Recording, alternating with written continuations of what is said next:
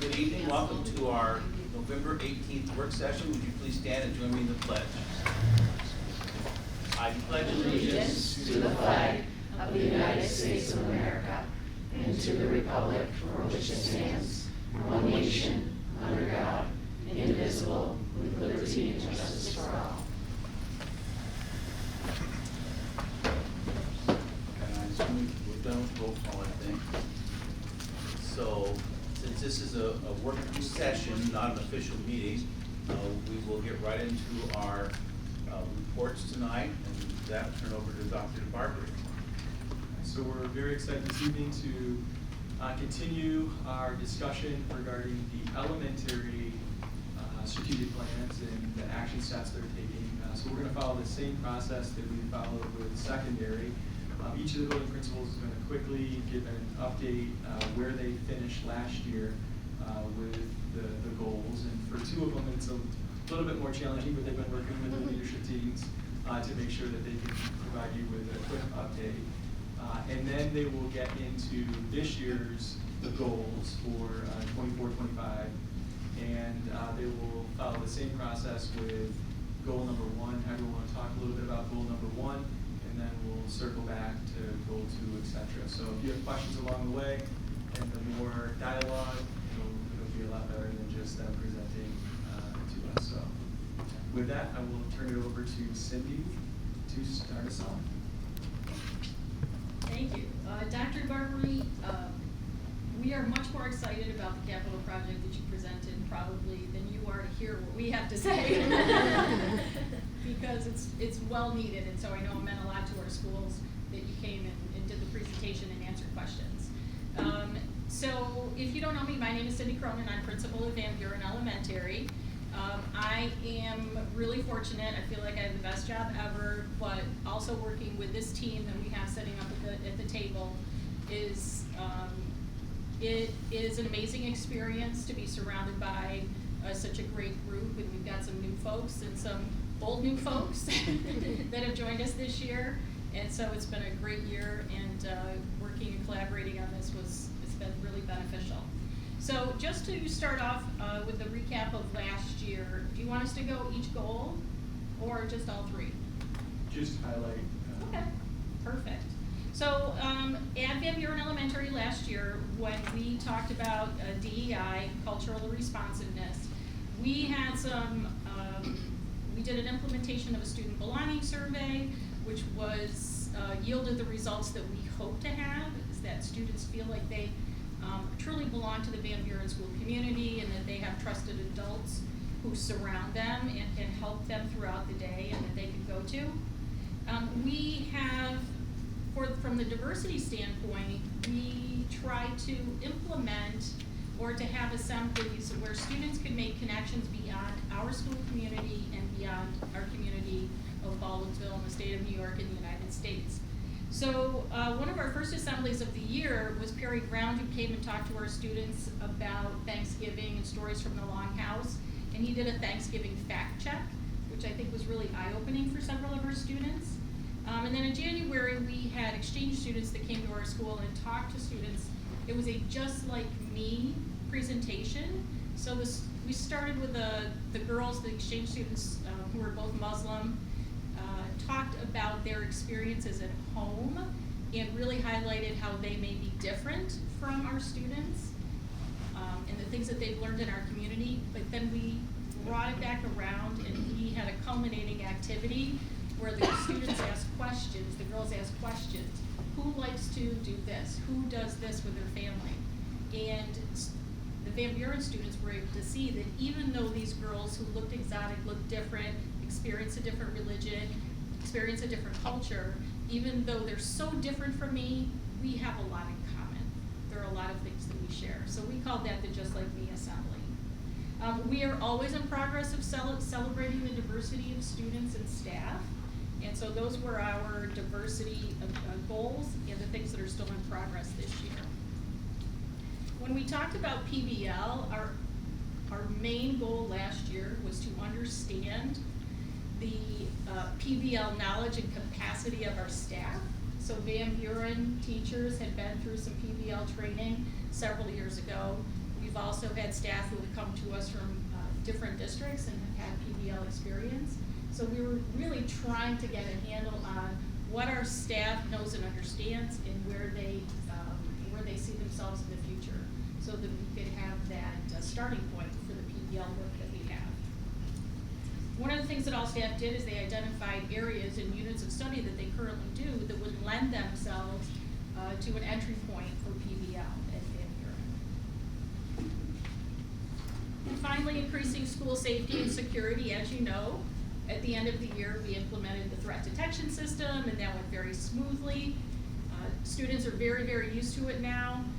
Some of the other things that we did last year is we brought back our safety patrol and our afternoon helpers, so that I think we had 80% of our 5th grade last year that participated in safety patrol, and they were very excited to bring it back.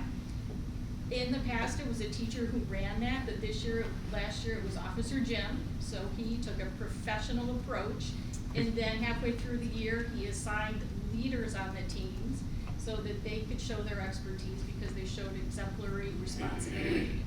So we brought back the safety patrol and then our helpers for the pre-K students. That's the physical safety piece. The emotional, social and emotional safety. All of our teachers have implemented all of the second step program, which targets specific life skills and how to respond to challenges and conflict and feelings that you may have and how to resolve those. So at all of our grade levels, all of our teachers have fully implemented second step, and we also, of course, follow the Positivity Project, character traits. That is a very quick nutshell of Van Buren last year. Hi, everybody. So my name's Joelle Fiorini, and I am the principal of Eldon. I will just say that, my theme this year with staff has kind of been gratitude. So I just want to say, that I'm super grateful to be back at Eldon. For those of you that don't know, I did my internship there a few years ago. It was really special. I'm so happy to be back. I am just getting over a cold, so I apologize if I have to cough a little bit, but I'll try not to. I already prepped these guys. So last year, Eldon worked on those same 3 goals that Cindy just talked about. So belonging, safety, and then preparing students for communication, collaboration, and critical thinking. So some of the action steps that were completed were a multicultural crayon project where students created self-portraits. So they all got a box of the multicultural colored crayons and a book, and they created these self-portraits that were then posted around the school.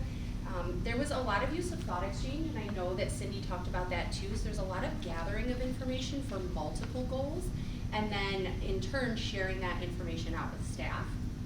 Mr. Coughlin had done some 3Bs assemblies where he focused on how students could be safe, respectful, and responsible in various areas of the building.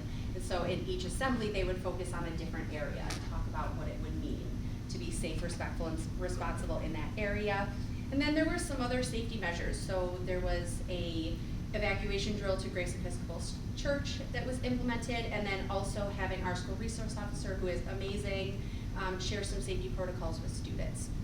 I will say that even though that was last year's goal, those are things that we're continuing to do this year and hone, and I think do even better and more. And so the building completed all of the action steps that were on toward the goals. The only action step that was still in progress related to that goal 2, and I think you had kind of focused on that a little bit, was building the foundational understanding of PBL and a current program that shares those essential elements. But I think you'll see that, as Ms. Cronin said, things that we're doing this year will continue that work. Hi everyone, my name is Mindy Howard. I'm the principal at McNamara Elementary. I'll be echoing some of what they've already said. A couple of different action steps that we took at McNamara last year. In regards to our DEI goal, we focused on that sense of belonging with a lens of trying to improve student attendance and looking at our students who have chronic absenteeism and how does that connect to that sense of belonging and helping our students to come to school on a regular basis. So as a piece of that, we created a tracking tool that we use to combine all of the steps that we've taken as a student support team for how we're reaching out to the families, how we're talking to students. But then we also, as a DEI committee, focused on the CRSE framework from New York State, and there's a section of that called a welcoming and affirming environment. So we decided to use that as our guidelines for the year on what action steps we wanted to take within the building. So the first thing we did, many staff in McNamara had not heard of the culturally responsive sustaining education framework, so we did a brief overview at a staff meeting so everybody had an idea of what the document was, what they could get out of the document. And then from there, at the end of that staff meeting, we really focused on the welcoming and affirming environment section and had staff complete a survey to just indicate how prevalent they felt some of those different components were in our school. We brought that data back to our DEI committee so that we could pick specific action steps that we started a little bit last year, but we're continuing on this year as well. So that can, combines a bit with attendance, but also just looking at our school as a whole and kind of reflecting on, do our students feel like they're welcome and as a part of our school community. Like these ladies said, we also did a belonging survey to tie in some of that student data too, which we'd love to do as a committee again this year.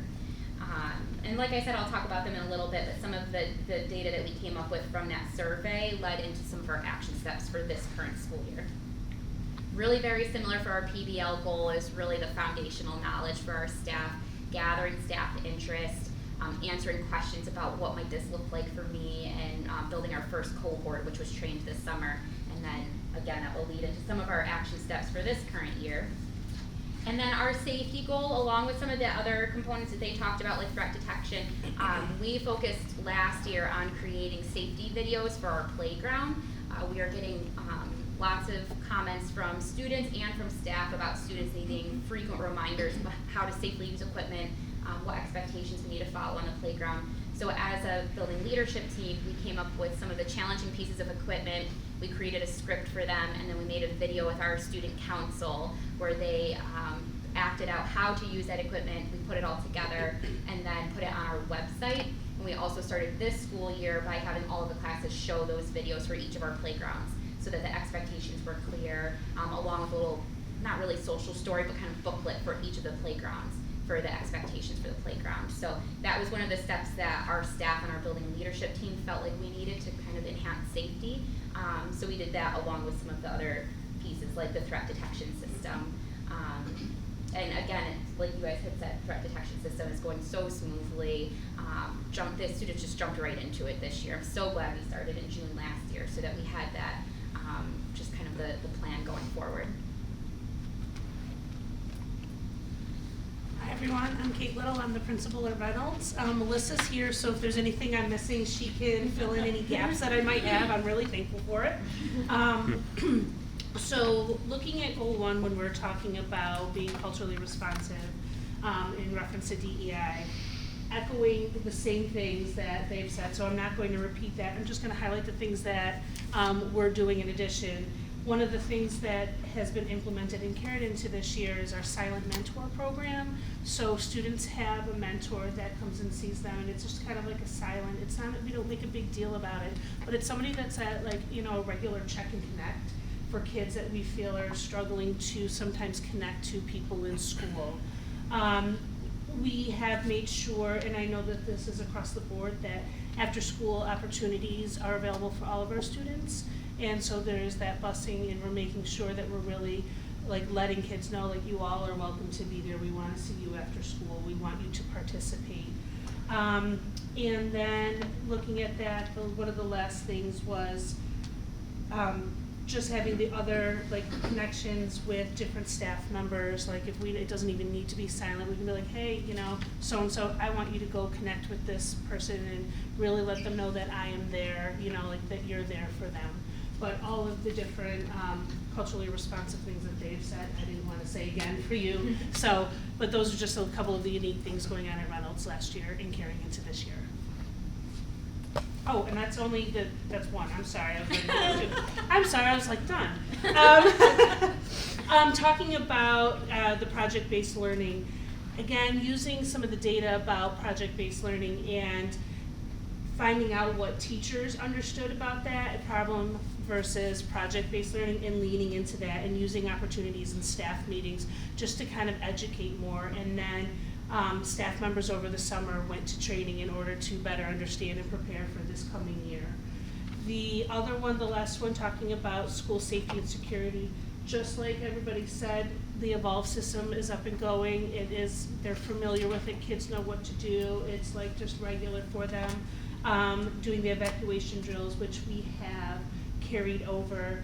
One of the other things, and it also ties into the DEI, is making sure our students are familiar with all the staff members, and so there were videos created in part of their morning announcements. So if they see somebody, they know that it is somebody that belongs in the building, and just having that familiarity for students. And then, again, with that safety, P2 was part of every morning announcement in our school, and that was last year, and it's continuing this year, as well as bringing in different strategies to use when they're feeling a little bit stressed or they're feeling a little bit anxious. There's some calming, all of those things, so they feel safe when they're in school. Now I'm really done. I apologize.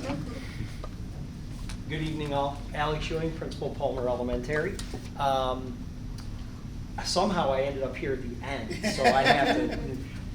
But really, a lot of great things. At Palmer, we did a lot of the same or similar things. It was a lot of information gathering for us last year. I think one of the highlights that I'd like to hit in terms of our diversity, equity, and cultural responsiveness goal, we did administer an inclusive family questionnaire last year. We gathered information for over 250 of our 450 students from families. We were able to really gather information about what home looked like for students at Palmer, who are those important individuals at home, knowing just generally the family dynamic allowed us to better support students. And we were really pleasantly surprised in working with the leadership team how much information families were willing to share so that we really knew them well and could support kids in ways that were very positive. So I mean, that kind of a recurring theme here as I move not only to goal number 2, or our second goal in regards to project-based learning, like many people have talked about.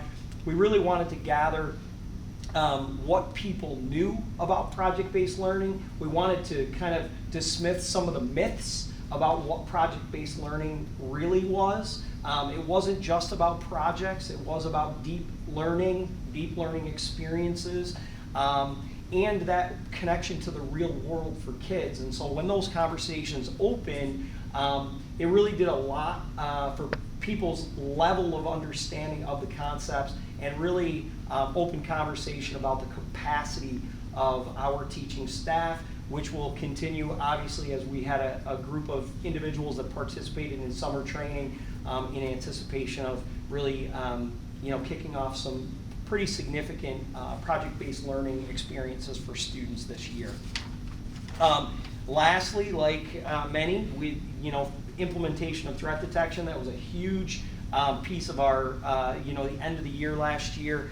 But we also really wanted to focus on supporting the school and creating a sense of safety from top to bottom. So that was not only physical structures, but that was supporting students as well.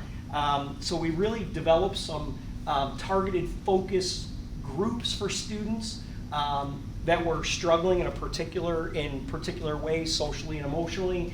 With the addition of our guidance counselor, she has had an absolutely tremendous impact on the Palmer School community. Another point of reference for kids, another caring adult, and someone that can do some really explicit instruction with students, in regards to their social and emotional well-being. We did, again, continue to partner with McMahon Ryan, so we offered kind of safety programs for students pre-K through grades 5, based on the needs that students have and navigating kind of some of those social waters and feeling, promoting those feelings of safety. And we have a wonderful school resource officer this year, but we had a great one last year in Keith Lawrence, and something that has continued. But we really used Keith as an instructional resource for students, not only about safety protocols, but also, trying to promote really positive relationships between, the school resource officer and students, not just when there was crisis, but generally seeing him as a caring individual in the school building and a face. Parents felt very comfortable and confident in his interactions with kids. And we've continued to promote that this year with Mike Duke. He's getting his feet wet in the Palmer community, but he's doing a great job as well. So not only looking out for the social and emotional safety of kids, but obviously their physical safety as well. So I have a question, Alex. So is it true that when you spent that night on the roof at Palmer, that you were working on the strategic plan? I had my computer up there.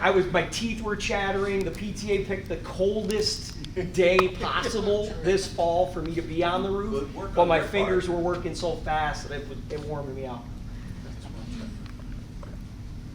So we're gonna now transition to the 24-25 goals. They're all gonna start off with talking about priority area, creating individualized and differentiated education. Can I ask a quick question? Sure. I just had a question about the mentor program at Reynolds. Is it like the older kids helping the younger kids, or is it more peer-based, like kids in the same classroom, or how does that work?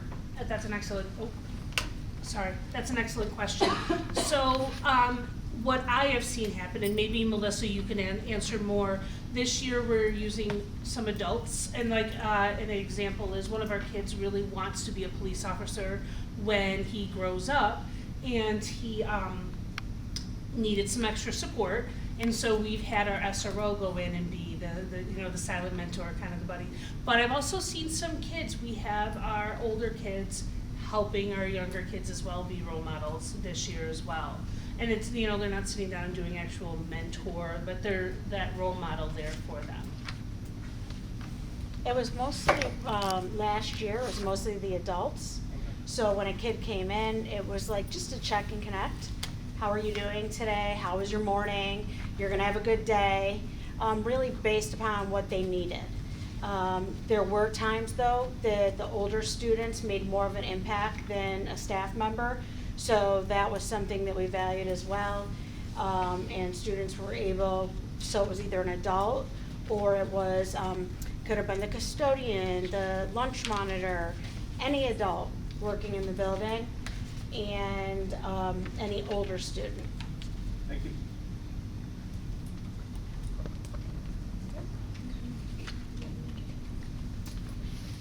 Okay, so our first priority area was creating individualized and differentiated education. The Van Buren leadership team was, as we sat and we were thinking about this is an ongoing question. This isn't a topic that is fresh or new this year, because data-driven instruction is something that we practice as a rule. So we will continue to implement data-driven decision-making and collaborative problem-solving in bi-weekly professional learning communities. So each of our grade level teams meets for 45 minutes every other week with the RTI team. So with the RTI reading and math team. And they share the collected data, whether it's STAR testing, which happens once every 3 months approximately, but then they're continuing to gather additional data for current student performance so that they can have those live and updated conversations about what students need.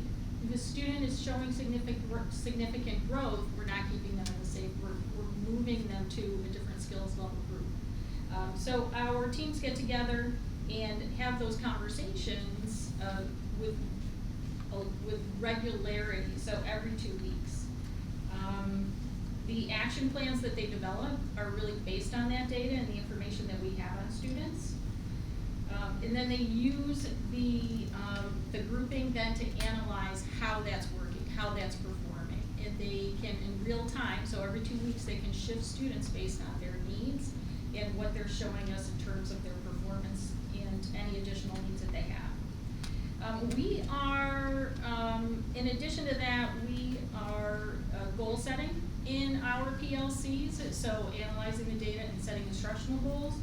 And we are also piloting, going back to that individualized education, we are piloting a flexible schedule this year. So we try to achieve natural proportions in the distribution of our students across the grade level teams. So where in the past we would have one co-teaching classroom, we have multiple co-teaching classrooms at a grade level. We're trying to maximize the impact of the special education teacher and those groupings. And we're doing that by, in fourth grade, we're trying a new schedule where the grade levels are shifting math and ELA to maximize the amount of exposure students have to their special education teacher. So that's something that we're trying this year. Great. So there are definitely some similarities there between Van Buren and Eldon. Some things, I guess, that are Eldon specific are some wellness boxes. So a few years ago, actually, when I was the intern, our social worker created fidget boxes for the classrooms. And there was really great feedback, but those have since, they're not there anymore. And so at our leadership team, it was talked about bringing that back, but sort of enhancing it a little bit. So our social worker who's here tonight is working with our PTA and not only creating boxes with fidgets and things that could help regulate students, but also visuals. A classroom schedule specific to that classroom. Really looking at how we can maximize students' time in the classroom and how we can help them regulate. She's considering zones of regulation and helping students identify how they're feeling and then what strategies could they use then to help them. And actually self-awareness will be a little bit of a theme for Eldon just because it's an area of growth we noticed on our bias. So I'll talk about that a little bit as we go on.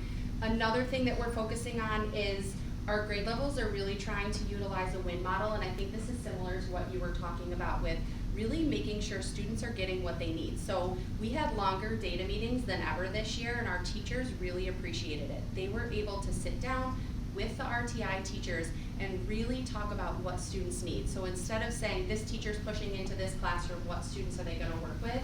It was, let's look at the students across the entire grade level. What do they need and what groups can we pull? And make based on what the students need. So that was something that we were really excited about. I know our RTI staff and our teachers have been excited about that. And then we also are doing a building-wide focus on vocabulary. So I know Mindy, that's something that she's doing. I was lucky enough to attend her workshop on November 5th.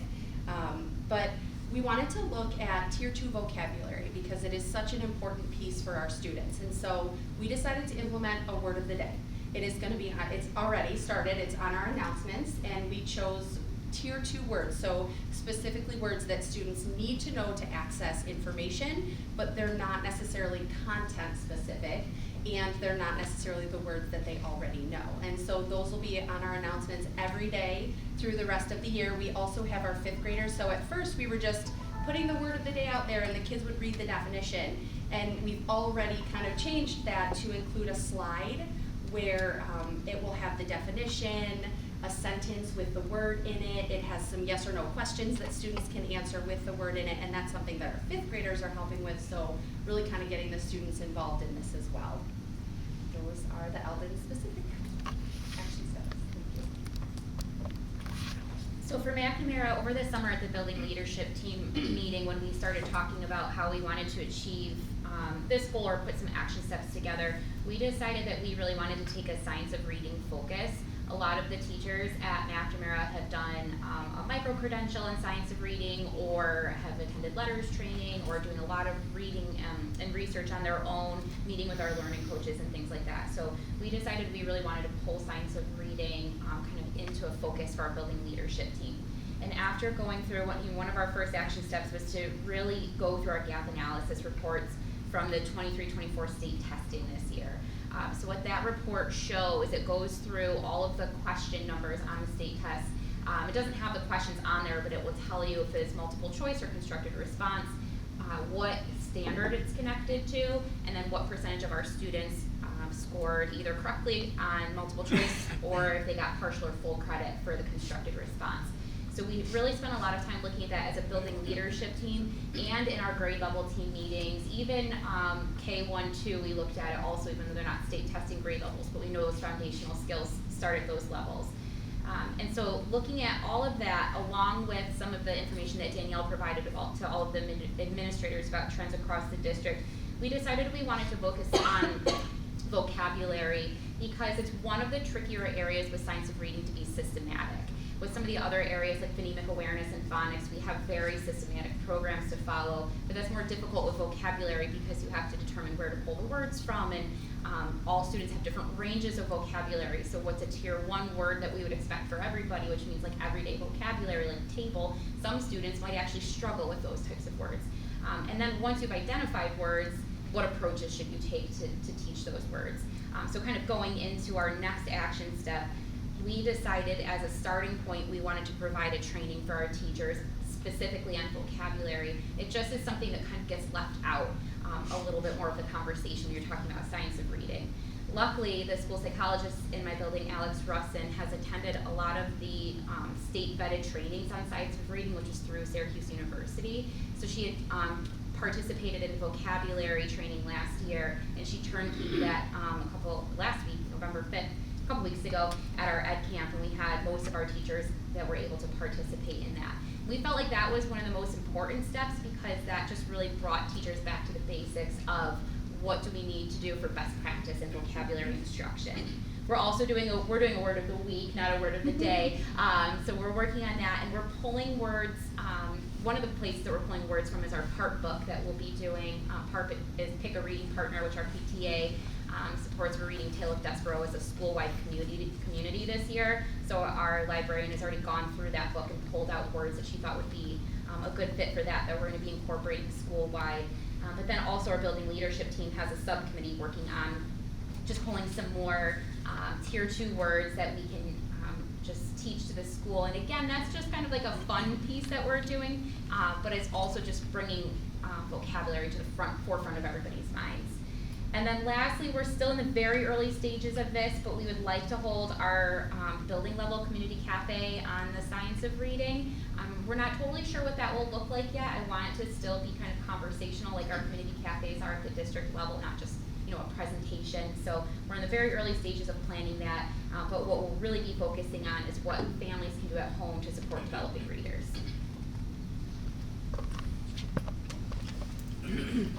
So looking at the creating individualized and differentiated education, a couple different things, and I kind of took a couple different paths when looking at this. And one of the things I kept in mind from my background is students are successful, have families that are involved and that want to be involved in school and know what's going on in school. So one of the first things I did was we redesigned curriculum night to increase family engagement there. So we had more families in seeing what was going on in the classrooms and getting to know their teachers and actually putting a face to a name and feeling welcome in there to build those connections. And that went over really well, and teachers are making great connections with families and communicating more about what's going on in the classroom.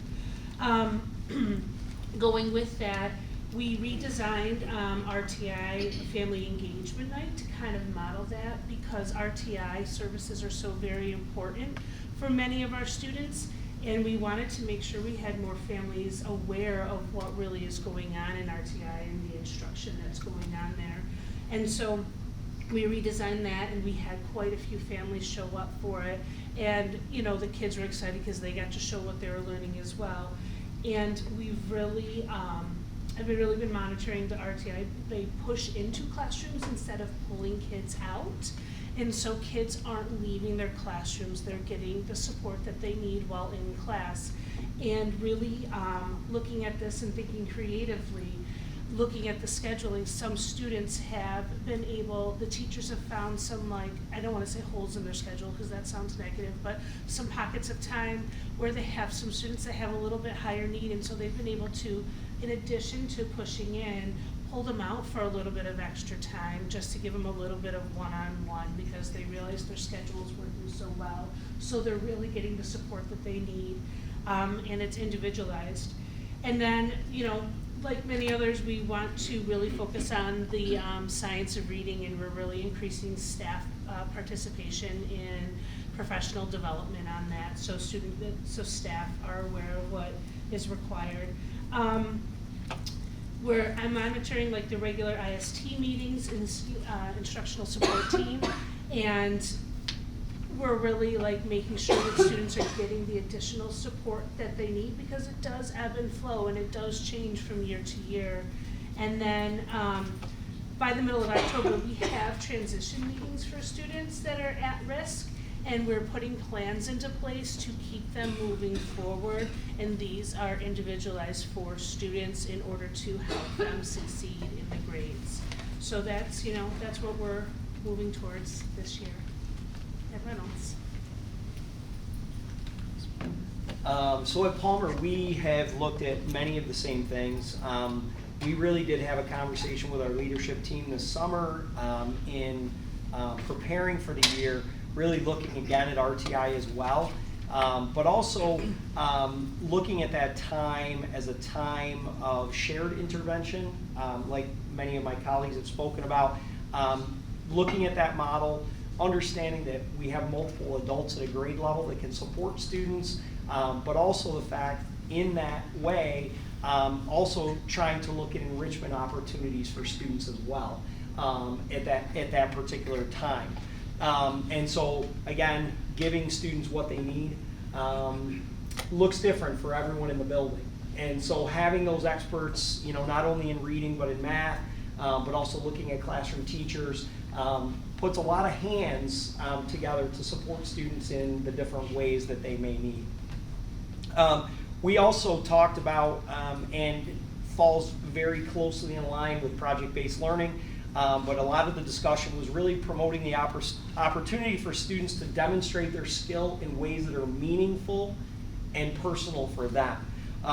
Really looking at areas of strength for particular individuals, their areas of interest. I mean, ultimately, if they can demonstrate their understanding in ways that are meaningful for them, those experiences are just that much better.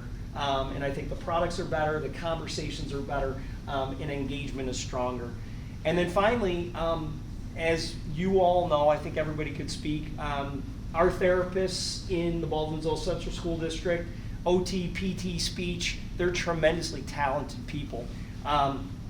That being the case, while they're often working with individual students or small clusters of students, at Palmer, we have really enlisted the help of our therapists to really go in and provide instruction whole class. While there may be individual students that are slated to receive those services, to receive that support, those therapists bring so much knowledge and talent that those are things that all students can benefit from.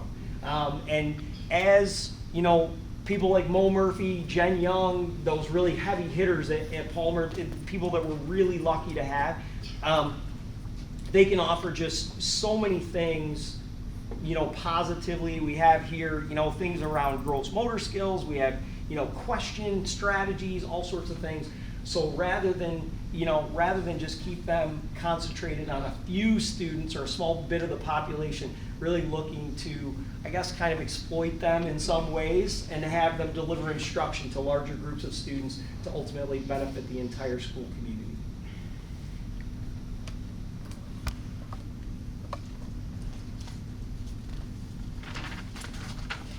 Okay, so our second goal was providing project-based learning opportunities.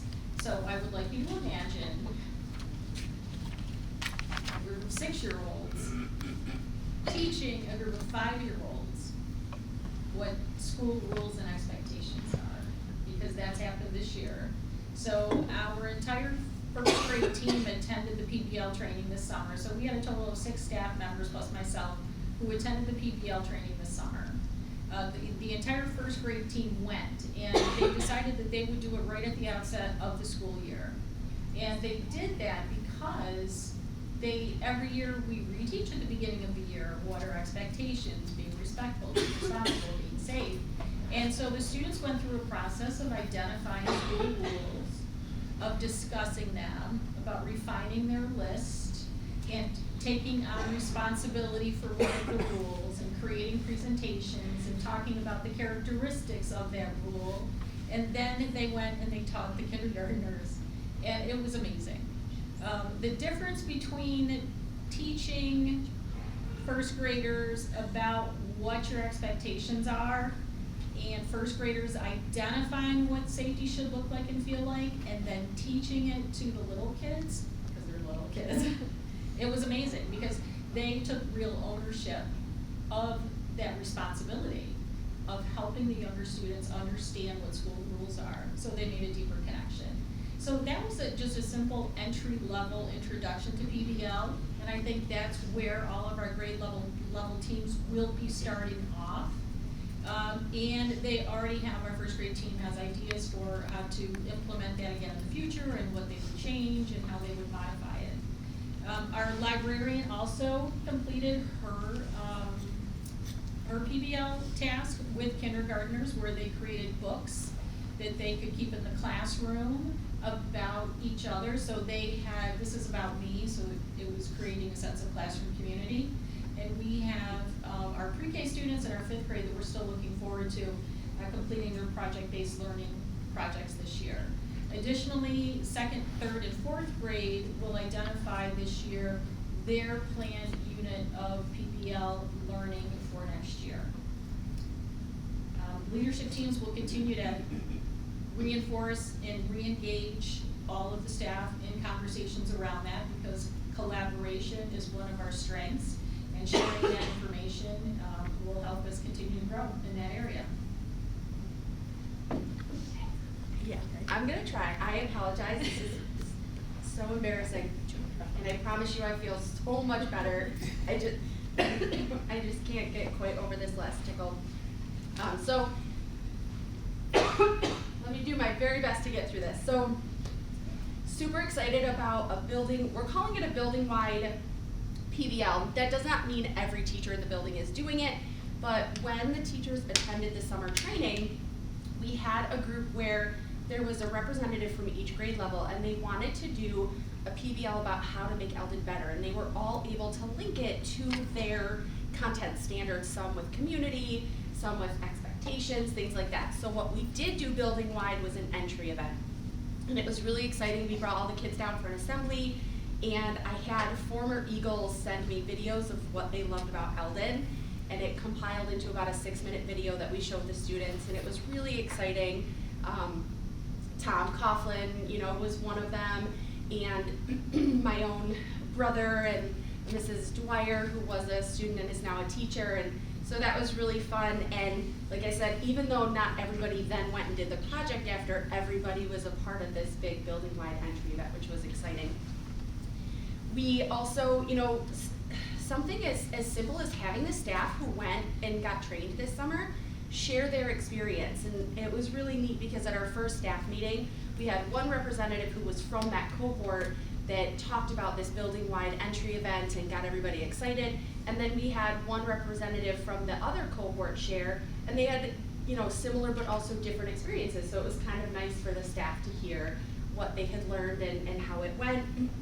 And then lastly, just really trying to share information. And I know, even though I didn't hear it, I know she talked about sharing of information, and this kind of goes back to that other goal that we were talking about in still building those foundational PBL ideas and making sure that we're sharing, the district implementation plan and our building implementation plan, and that everybody knows where we're going, where we're at, and hopefully as excited about it as I know a lot of us are. Hey. It's actually easier if I'm talking, so I just want me to read yours. Okay, so very similar. I was super excited to have 13 staff members at McNamara trained this summer in our first cohort for PBL. And some of them have already dove right in and gotten started. Some, like kindergarten, are like, we're going to wait a little while until we do our unit. But we've already come together as a team, like last month, to just say, just so I could ask what supports that they may need as the year goes on. One example of a project, one of our 2nd grade teachers, her class did research on how to improve the climate and culture in our cafeteria. It was super cute. One day her whole class came in with their little clipboards, and they were just taking observational notes of the 4th graders and 5th graders during lunch. But they did interviews, they interviewed students, they interviewed staff, teachers and lunch monitors, teaching assistants, and so then they came up with some ideas and voted as a whole grade level on some ideas that we could do to improve. Essentially what it boiled down to is when kids are done eating, they're bored, and so we need to come up with some things to do for them. But it was just kind of her way of launching into PBL. And so we're going to continue to meet as a group. In January, we plan to get together to just look back and see how PBL has gone so far this year and what other supports they need. The expectation is that everybody who is trained teaches one kind of what they call a gold standard unit, which means it hits all of the elements of a PBL unit. But what we've also talked about as a group is this idea, which we learned at the PBL Works training, of PBL being on a dimmer switch. So if you have the gold standard as like turned up all the way bright and that's what your unit is, how can you dim that down and incorporate elements of PBL throughout your instruction, even if you're not currently planning a full gold standard PBL unit? So that is a little bit easier to have that conversation kind of one-on-one with teachers while they're planning. So we're just meeting regularly and checking in on that and thinking about what elements that they can kind of continue to pull in so that really they could expand on PBL and if they felt comfortable go past that one unit. And then in a staff meeting in the spring, we would like to do some sort of, it's not fully planned yet, but some sort of event where they can share all the projects that they've done, all that they've learned this year as they've worked through PBL, because ultimately we'll review the implementation plan again. Everybody is going to be trained, it's just a matter of when, and we want to continue to build that excitement like Joelle was saying. So we think just sharing some of these projects and units that they've done will be a great way to do that.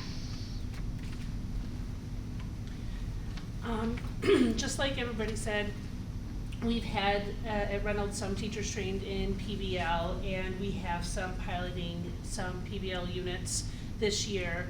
And it's going to be a little bit later in the year. They're still, they're getting, we're in November, but knowing our kids, seeing their skills, all of that.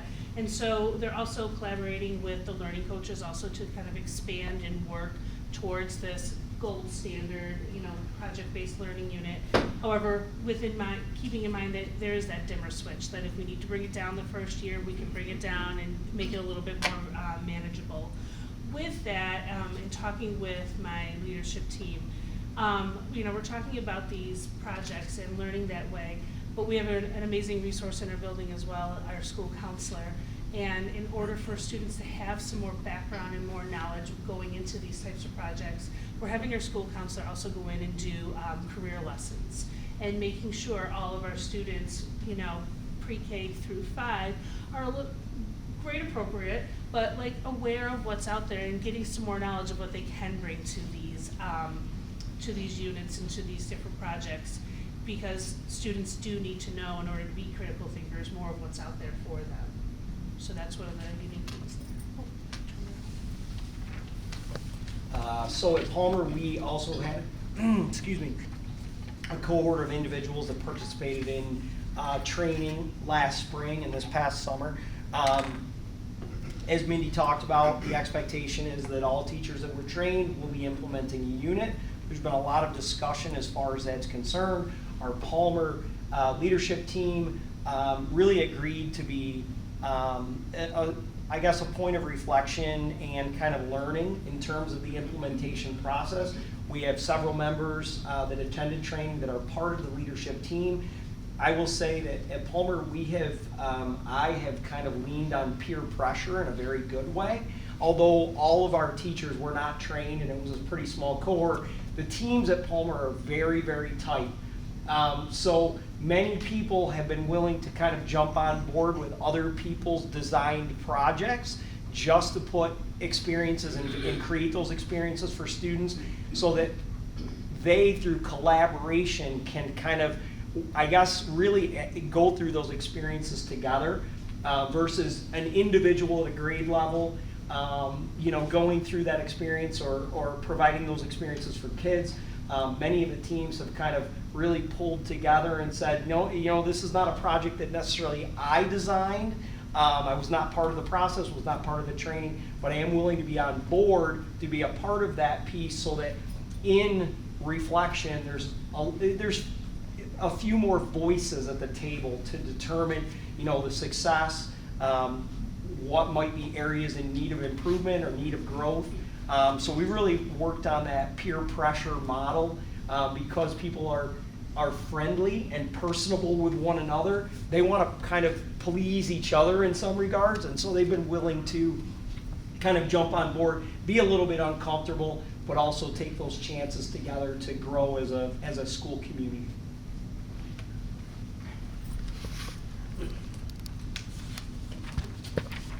Okay, back to me. All right. All right. Woo, social emotional development. So that is the third goal, and I think that is probably one of the most important things that we do at the elementary level, because we're helping children to grow into social beings that can operate in the world, not just in the small community that they have, but to really establish that good self-awareness and ability to connect with other people in a positive way. So we're teaching that all the time, every single day. Explicitly what we're doing, we were early adopters at Van Buren of TCIS, so Therapeutic Crisis Intervention in Schools training. Our social worker is one of the TCIS trainers. I attended that first training that was given in the district, along with many of our special ed teachers, some teaching assistants, and our school resource officer. And it was very, very beneficial because it helps staff sort of see the bigger picture of helping students through crisis before it becomes a crisis. And Carrie's gonna correct me if I'm wrong, but that's how we approach it. So de-escalation strategies, coping strategies, helping strategies, so that we can help a child resolve those big emotions before they come to the crisis point. So we've had, I think we've had about 15 staff members who've been trained on TCIS, and then we had, thanks to Carrie and Jenna, the strategy session that the TAs attended on that first half day. So TCIS has been very important to our staff, and we'll continue to implement that and move forward with that. We had our community event last week, so last Tuesday, our 4th and 5th grade students participated in an internet safety presentation and discussion with an investigator for the clearinghouse for exploited people out of Albany. So he came and he did a presentation for our students. I think it was very eye-opening. What I thought was very impactful for our students, though, was that they were able to identify, notice the things that they didn't know yet about internet safety, but at the same time, you could tell that our parents are focused on keeping their children safe, because many of the pitfalls and red flags that he put up on the screen, our students were able to identify. And when they were responding to questions, you could hear adult voices, you could hear their parents' voices and our voices coming out of their mouths, which is always rewarding, right? They listen to us and they're incorporating those safety strategies. We had that evening followed up with a community event. So it was originally supposed to be in person. After polling our parents, they preferred to do it virtually, and so we had a virtual parent presentation, which was next level, how to keep your child safe online. And so that was a really good way to start the year with our 4th and 5th graders, who were becoming more and more engaged digitally with fewer and fewer controls as they get older. We have, in terms of the sort of that social emotional piece on a day-to-day basis, our classrooms continue to engage in morning meetings, second step, restorative circles, and positivity project. So we're ensuring that those continue to be implemented with fidelity. And our DEI team is always focused in creating a warm and engaging environment for students, so that they have positive interactions throughout the day, and that they feel safe and valued and respected as the individuals that they are. We know that, you heard us talk about all of the training that we go to, the staff go to, and we realized that we have pockets of staff that were attending different types of DEI related trainings or presentations, and that information came in and just sort of sat, and we weren't doing a great job of sharing out that information. So so we've created a standing agenda item in our staff meetings, in our building leadership team meetings, so that we can talk about those hot topics in DEI, so that we can continue to learn how to be better at creating an open and welcoming environment for our students. And of course, we always leverage the great resources that we have. So our Promise Zone specialist came back to us, amazing. Our Liberty Resources is back in full swing, and then of course we use Access to support our families in those areas that we may not be able to support them directly from school, but leverage those community resources to help students and families. Great. That's okay, thank you. So, as I mentioned before, one of the things that we've really focused on this year is using the data that we have available to us to identify the needs of our students. So we had noticed that an area of need for our students in regards to the BIMAS was self-awareness. And so what we did was we linked that self-awareness need with second step lessons. And so we have our support team pushing in, and they're specifically teaching our students one of the lessons that focuses on self-awareness. And then we've made that, identified that, and you know, all of our teachers have access to it to continue on with it. But our amazing support staff has pushed in and made sure that that was a focus. And again, our goal was to really say, what is the area of need? Like, where would we really want to put our focus? And that self-awareness piece was one of them. So we're trying different strategies to really tackle that. And actually, we have a BIMAS Data Day coming up, so we'll look at this year's data and see, you know, is that still a need? I would imagine that we'll see similar results, but if not, we can always kind of shift and look at other lessons that would be helpful. We also have, it's affectionately called our quiet room. It's a space for students to regulate, but we recently had it completely redone. So over the summer, the floors were done, the ceiling was done, some of the cabinets were taken out, and our OT, Melissa Cole, who is just amazing, sort of took that as an opportunity to reinvent that space.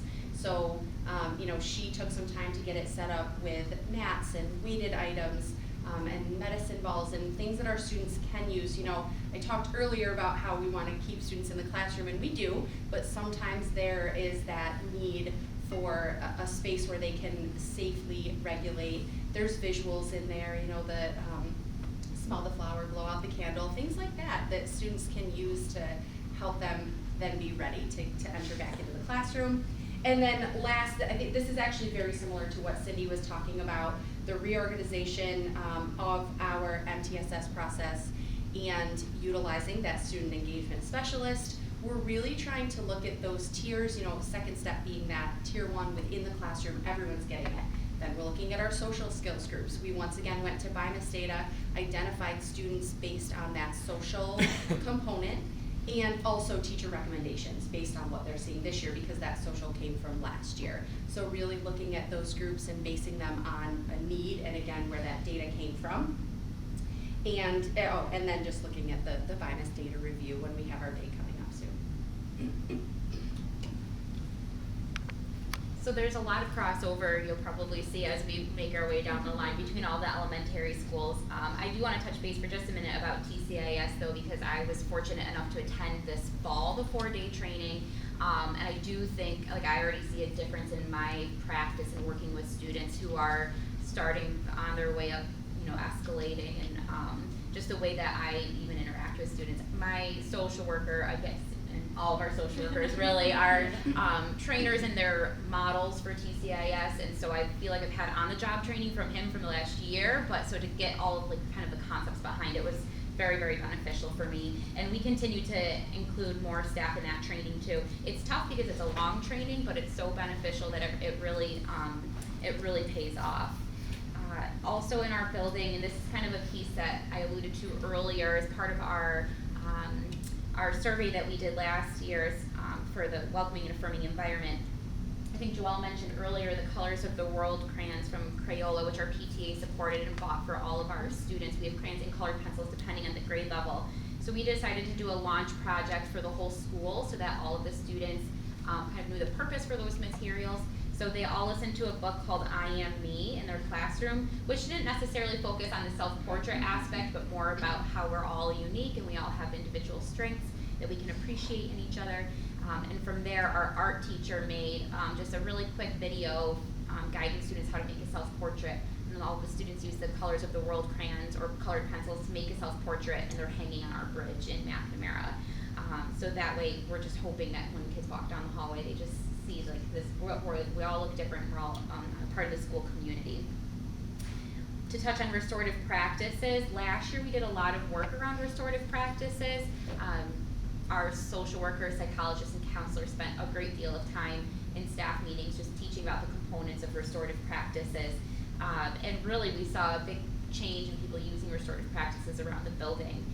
And this year when we were reflecting on that, we just thought we needed to maybe give out a brief survey for staff to do to see where we need to kind of fill in some gaps, but also just remind staff what all the resources that we have, kind of remind them of the foundational components of restorative practices, and then also remind them that our support staff are more than happy to go in and support restorative practices and community circles, restorative circles at any point.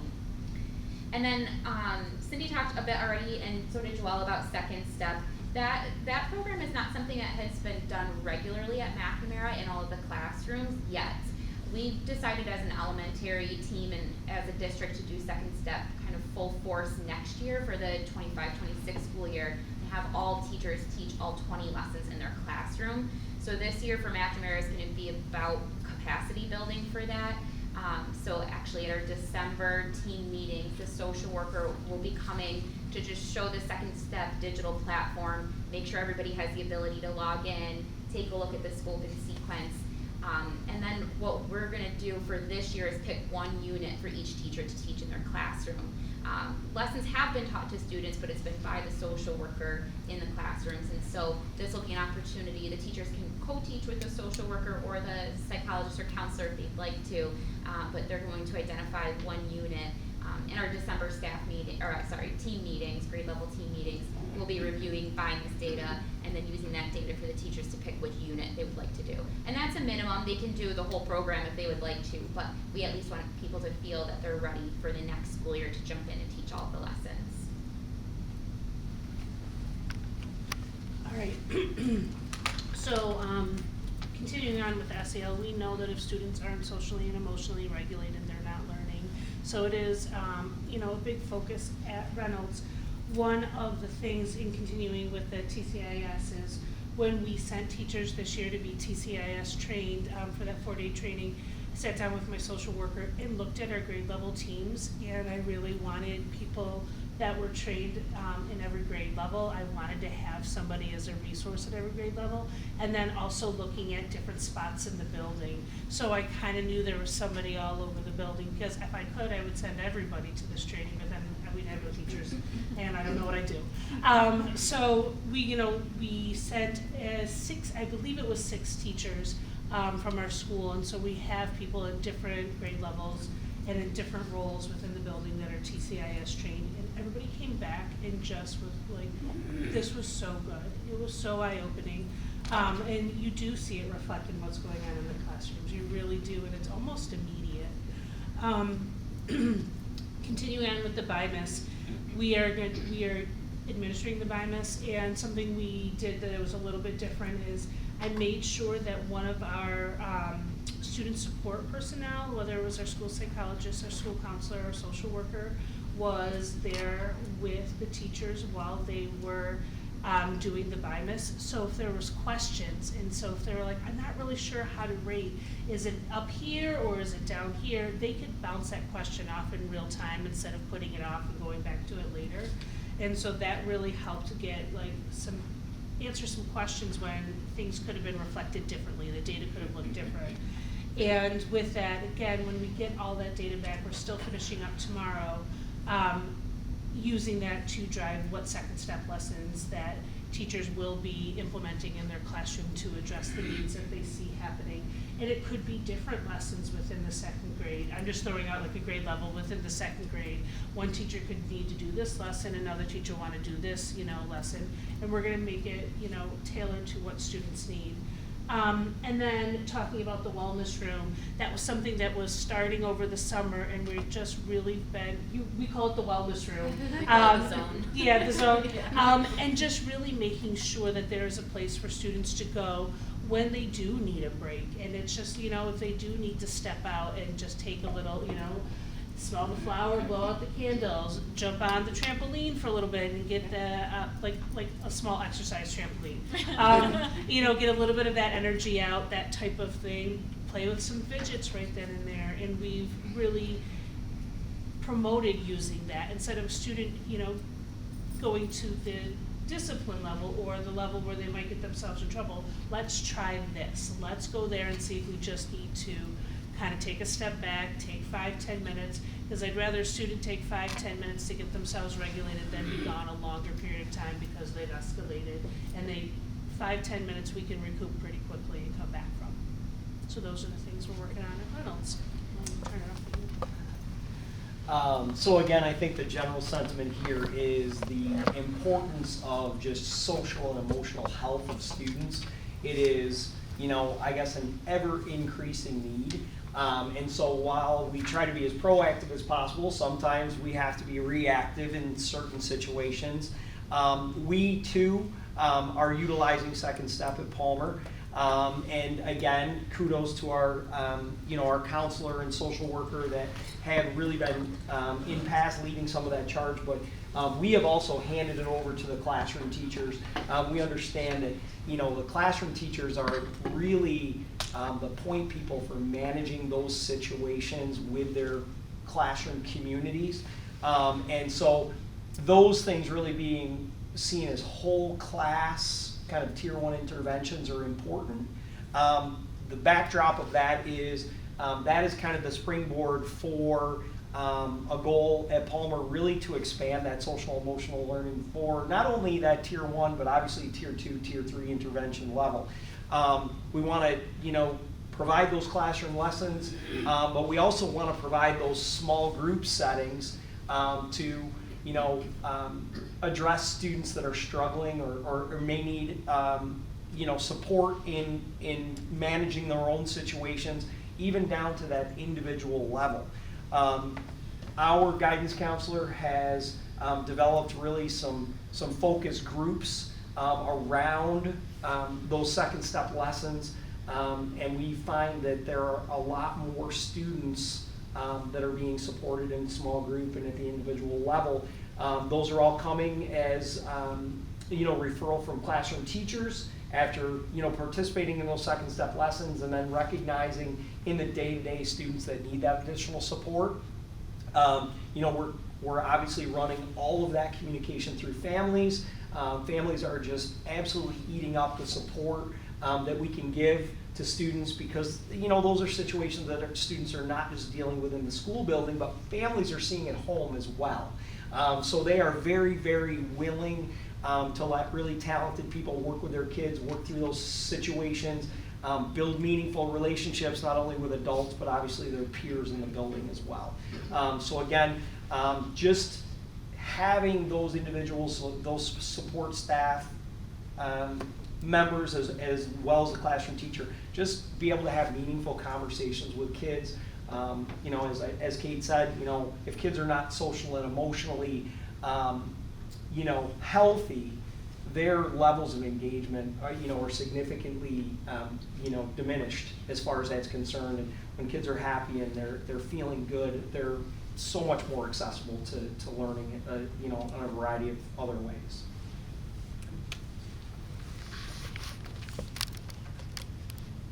Are there any questions? I know Danielle is going to take us through a little bit of the data with our data dashboard. We also just received word last week that the State Education Department did release the 3-grade data on their website, their data dashboard, data.nysed.gov. And just our quick review, which these folks have been doing a great job with their leadership teams at looking at the gap analysis reports and really focusing on what students need to do in order to be more successful from that academic lens. The state data dashboard doesn't give us quite that specific data, but what we do know is that our student performance in comparison to prior years has continued to grow, and we've gotten better and better with the data thanks to all of the efforts with meeting individual goals that have been established through our strategic plan. So she'll take us through that, but are there specific goals for the principal, or specific questions for the principals related to the goals that the board has? I just wanted to ask everybody about the after-school programs and how, what's positive, negative, and if there's something more supportive that you needed on that. I think the after-school programs have been amazing for students and families. I think the creativity that staff members have brought in offering particular clubs for students, really has taken into consideration the needs that kids have. The transportation piece is, it's amazing. It's provided, just access to students that typically might not have access. I would say that, and I can only speak to Palmer, but we do obviously talk. One of the challenges is drumming up individuals to participate and lead those clubs.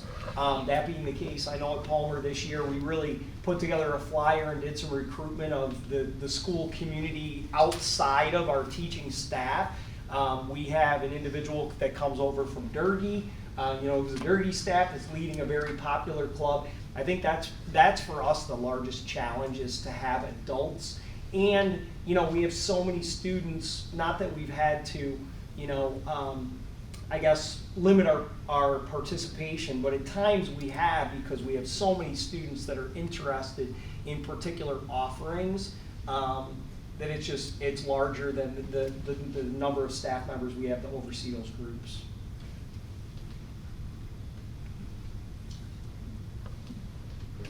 Just you all presented such wonderful and interesting things that you're doing, that it made me think about an earlier conversation we had related to a special ed presentation we had, and it was really interesting because there were many more boys identified for special ed services than girls. And when I made that observation and asked about that, we started talking a little bit about that a lot of it was behaviors that would identify, that cohort of students that would need some extra support.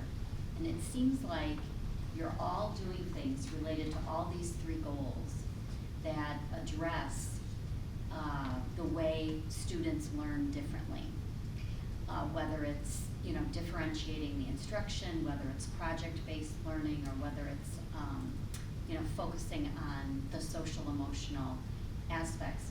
And I just wondered whether all this effort you're making and all of these resources that you're devoting, do you feel like it's making an impact related to those students who might have otherwise been identified or are identified because of the behaviors that they have, that obviously they can't sit at a desk with their hands folded, for all those hours in a day, and they need something a little bit different. And so is it easier with all of these things that you have to address those students who maybe are identified or who might otherwise be identified because they just can't, learn in that very structured way?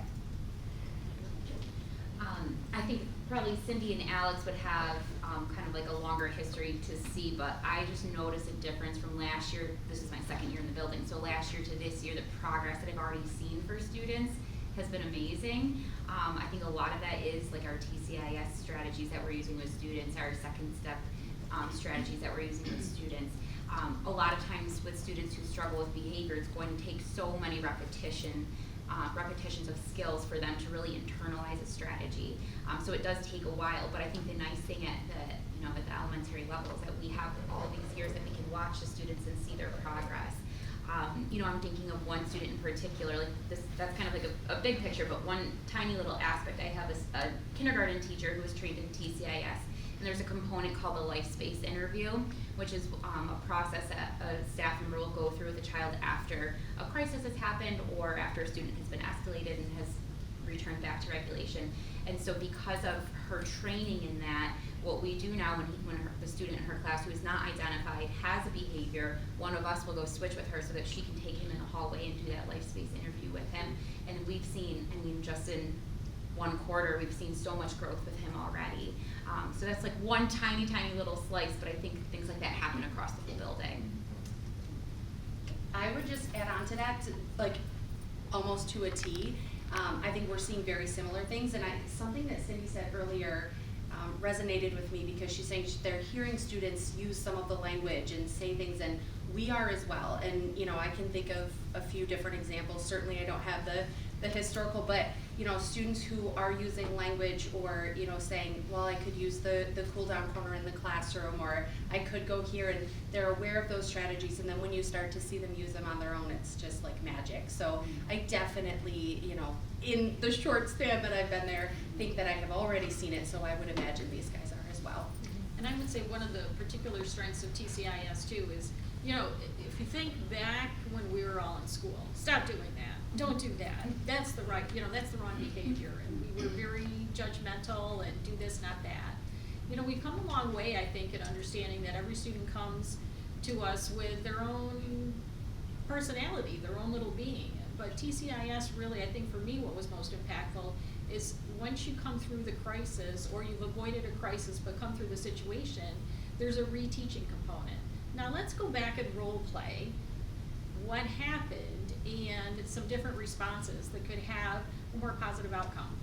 And going through that practice, you know, they'll roll their eyes, I don't want to do it. Come on, let's try it. I'll be you. It's been very, very helpful, because not only does it teach students strategies, but it also shows them that we care about what comes next for them. We care about helping them through a difficult challenge so they can maybe have the tools to avoid that in the future. So, you know, it's really beneficial and powerful on a lot of different levels. It was interesting to hear all of you talk about different aspects, whether it's parent engagement or data meetings, to be able to individualize education for kids, and the way that the teachers are teaching in classroom, or I mean in grade levels as a team, and looking at the data, and then doing some individualized stuff. It seems to me like you've built, just from the presentation, a decent safety net where kids generally aren't slipping through the cracks.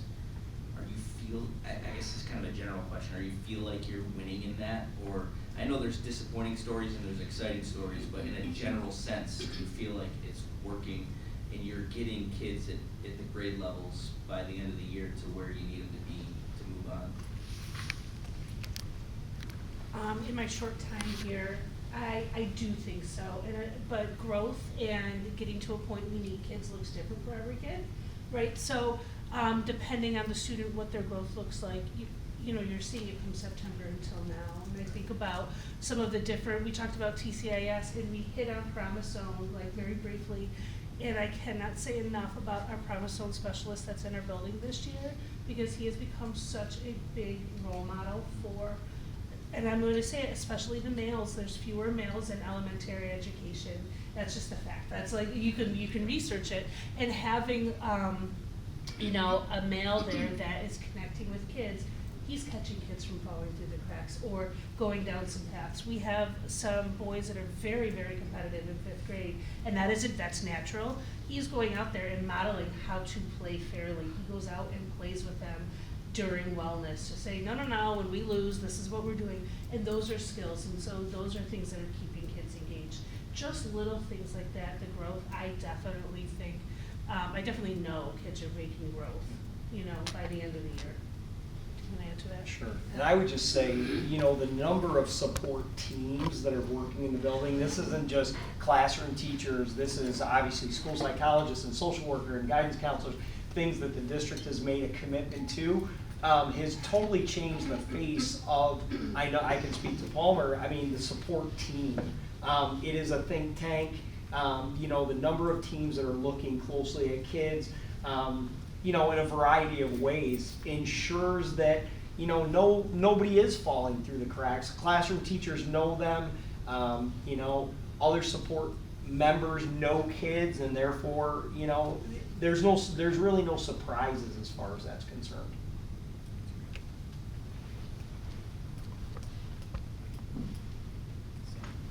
Just one quick question.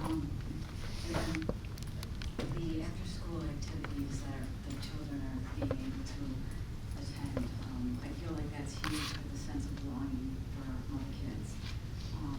Just to piggyback on what Christy had asked, and students with disabilities, do you find that they are being able to attend and are attending more because of the transportation and the support that they're getting after school? Yes, and just to add to that too, we have some students that have one-on-one teaching assistants that participate, and they have teaching assistants that attend with them too. So I do feel like we've been able to get the information out to families and have a really good response. I just had a question about the wellness rooms. A couple of people mentioned that. Do all the schools have wellness rooms? Number one. Yeah. Yes. Okay. Number two, is it like pre-scheduled for when the kids go, or is it specific to incidences happening? And is it one-to-one in the room, or are there multiple students in there, and how does that work?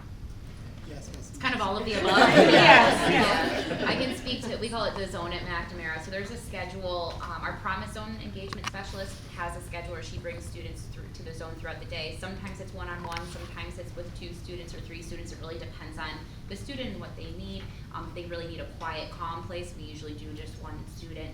But then there's always situations too where we have a student that is having a hard time in the classroom, and so then it's one of the people of our student support team can bring them to the zone, or if they have a lot of students who have one-on-ones, have scheduled breaks in there as well. So it really is kind of all of the above. Yeah. Same at Eldon. Can I add to that actually, because I was curious about that as well. So who decides who goes to the wellness rooms? Like, So do the kids decide? they can. Do all kids get the chance to decide that? So- Yes, we have some students who use it more than others, and sometimes it can be situational. It really depends on if the student is at a heightened emotional level, what is best for the child at that time. So our social worker, our school counselor, our Promise Zone specialist are on hand for students. Students who have scheduled breaks throughout the day. We know a student can attend to math for this amount of time and then it's a break. A 5-minute break could be a walk around, it could be cuddling around, it could be a visit to the social worker's office to spend 5 minutes on a puzzle. But then other breaks in that space are needed because a student has a heightened emotional experience for any range of reasons. And sometimes we may suggest if a student is being exclusive or disruptive, let's go to the space. And it's an opportunity sort of to remove all of the input that's coming at them. And there's always an adult in there, at least one adult. There are fidgets, there are things that can sort of take a student out of that emotional moment and help them reset. So sometimes it's planned and sometimes it's situational. Right. Sometimes students will say, I need to go there. But any student can say. Yes. Any student So, and can. it doesn't matter if there's an IEP or whatever, and No. all the students know, Yep, any they know student- about the room, they've been there, they've seen it, they know. Yes. Okay, gotcha. So any student can use this space. There are students who find that space to be a daily visit. Yeah, Depending. and they decide on when they go, or is it? They can, or the adult can say, let's go to that Right. space. And so then my next question is, the strategies that are in that room, Mhm. are those also incorporated in the classrooms? Yeah, that's It what I can be, was, yeah. what I was gonna say is that Yeah, right. I see throughout the district, I would not say every single classroom, but the majority of elementary classrooms have that space in their room. So in the room Right.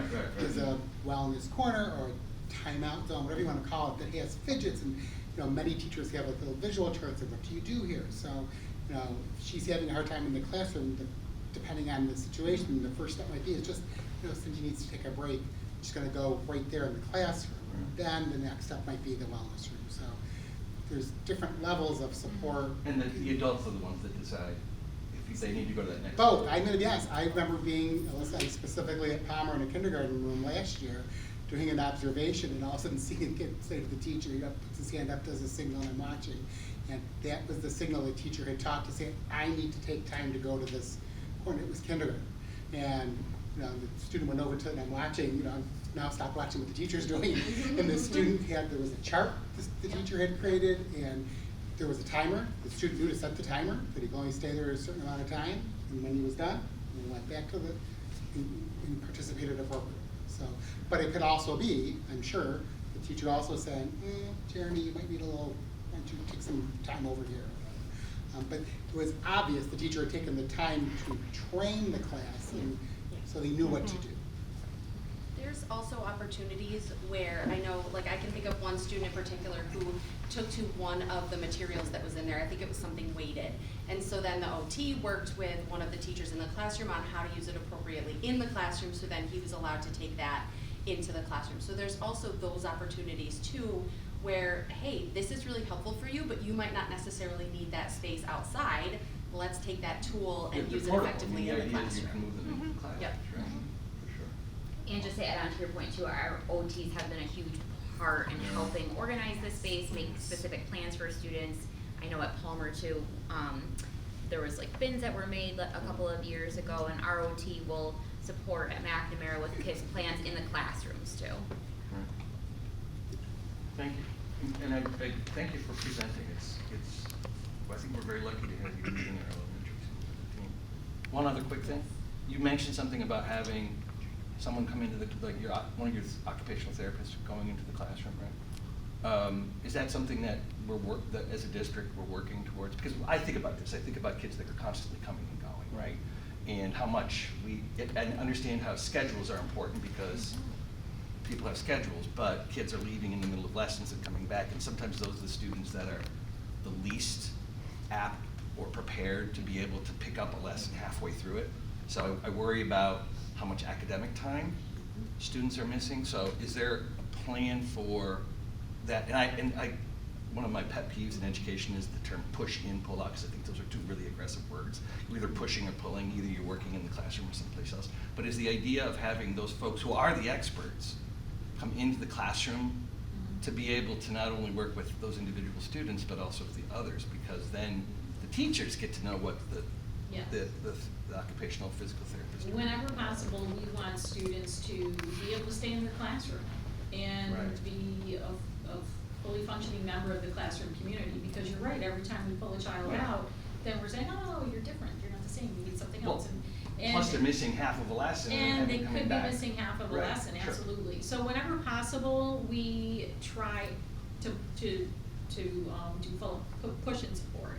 So for example, our RTI instruction happens in classrooms all the time. Cool. Now students may change classrooms to participate in RTI, but they are in another classroom in that grade level, expanding their community of friends and classmates, but they're receiving the same instruction at the same time as everybody else.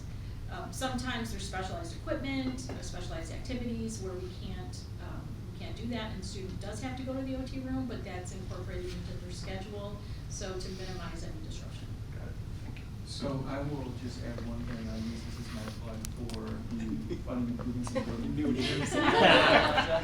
Because I totally set you up, Joe. One of the things I think we all know at the elementary level specifically is that our space is tight. And certainly with the project that we have going out to voters on December 10th, it will allow us the ability to expand our classrooms at that elementary level, which will make it more convenient for our student support service team to be in the classrooms with students, because they'll have larger spaces. And when you think about when those rooms were designed, the requirements for us from the New York State Education Department with regard to the square footage was significantly different than what it is today. And so I will say that they're doing a great job of trying to make it work within the confines of what we have here currently, but we know that we need the community support in order to make it even better for our students, and certainly a positive vote on December 10th to expand and enhance our hive will go a long way in ensuring that there is that inclusivity experiences for students across the district.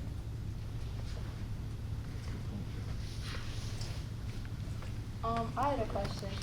Do you think these, these fidget bins and the visuals, do you think that's ever abused? Like, for example, if a student thinks, oh, if I behave this way, I can go play with this toy, or I can go sit and not do my work.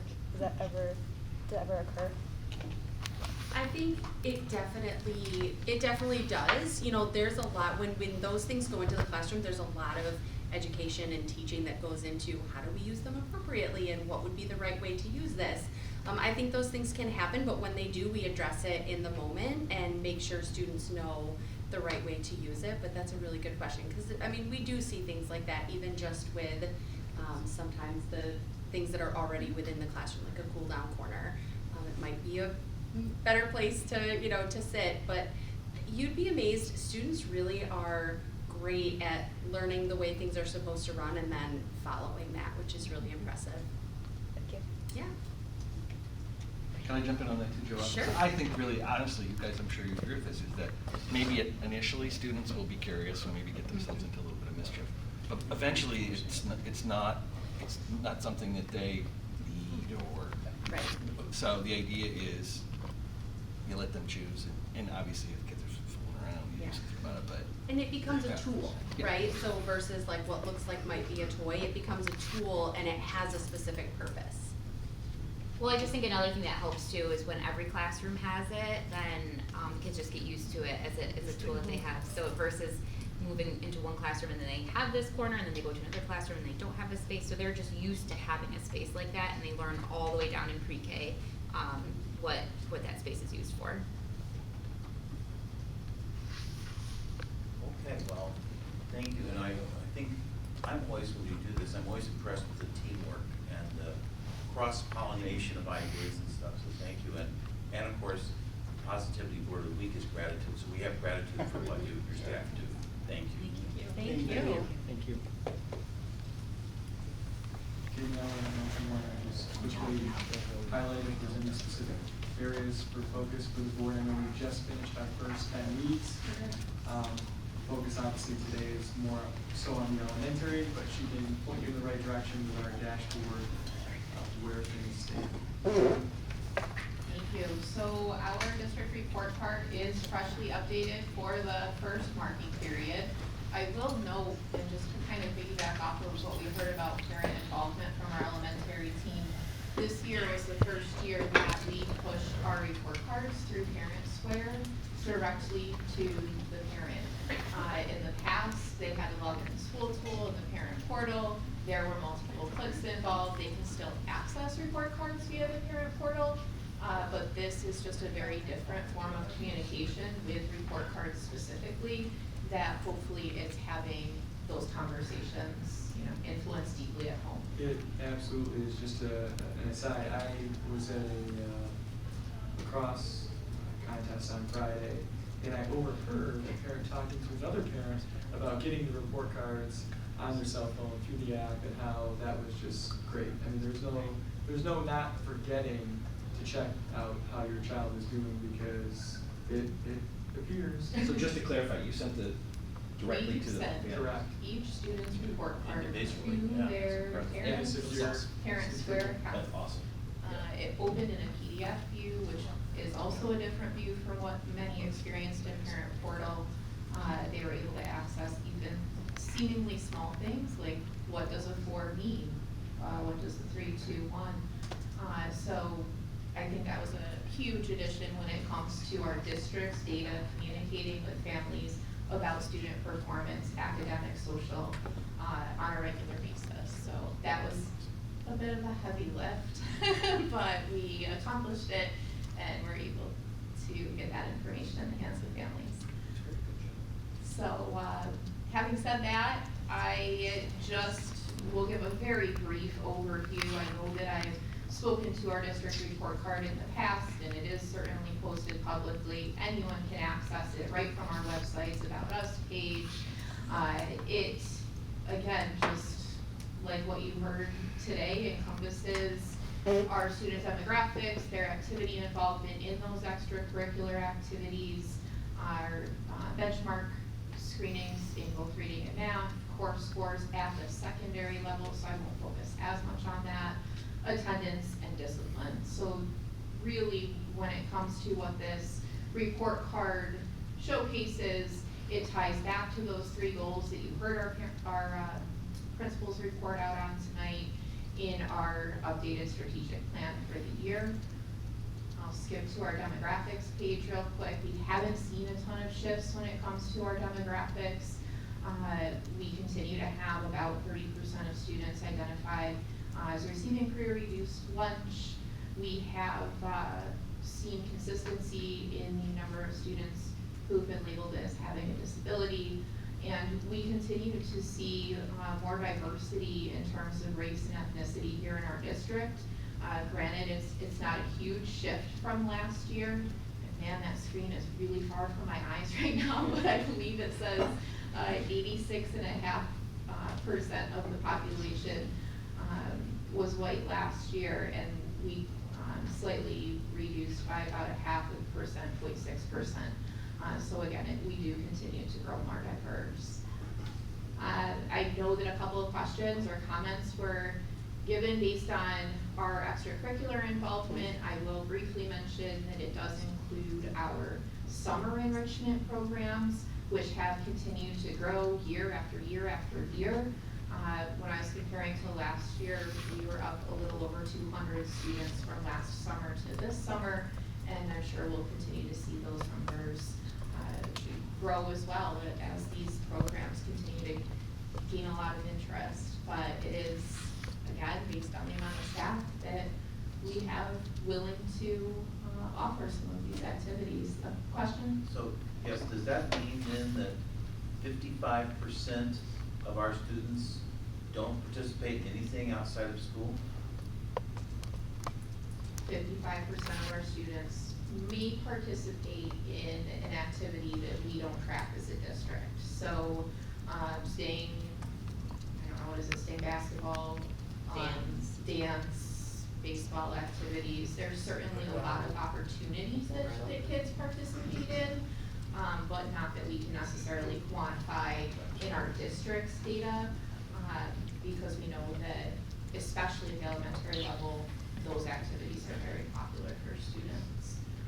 But what we do track, whether it's at the elementary level all the way through the secondary level, we see about 45% of students taking advantage of those opportunities, which again continues to grow. So that's exciting to see.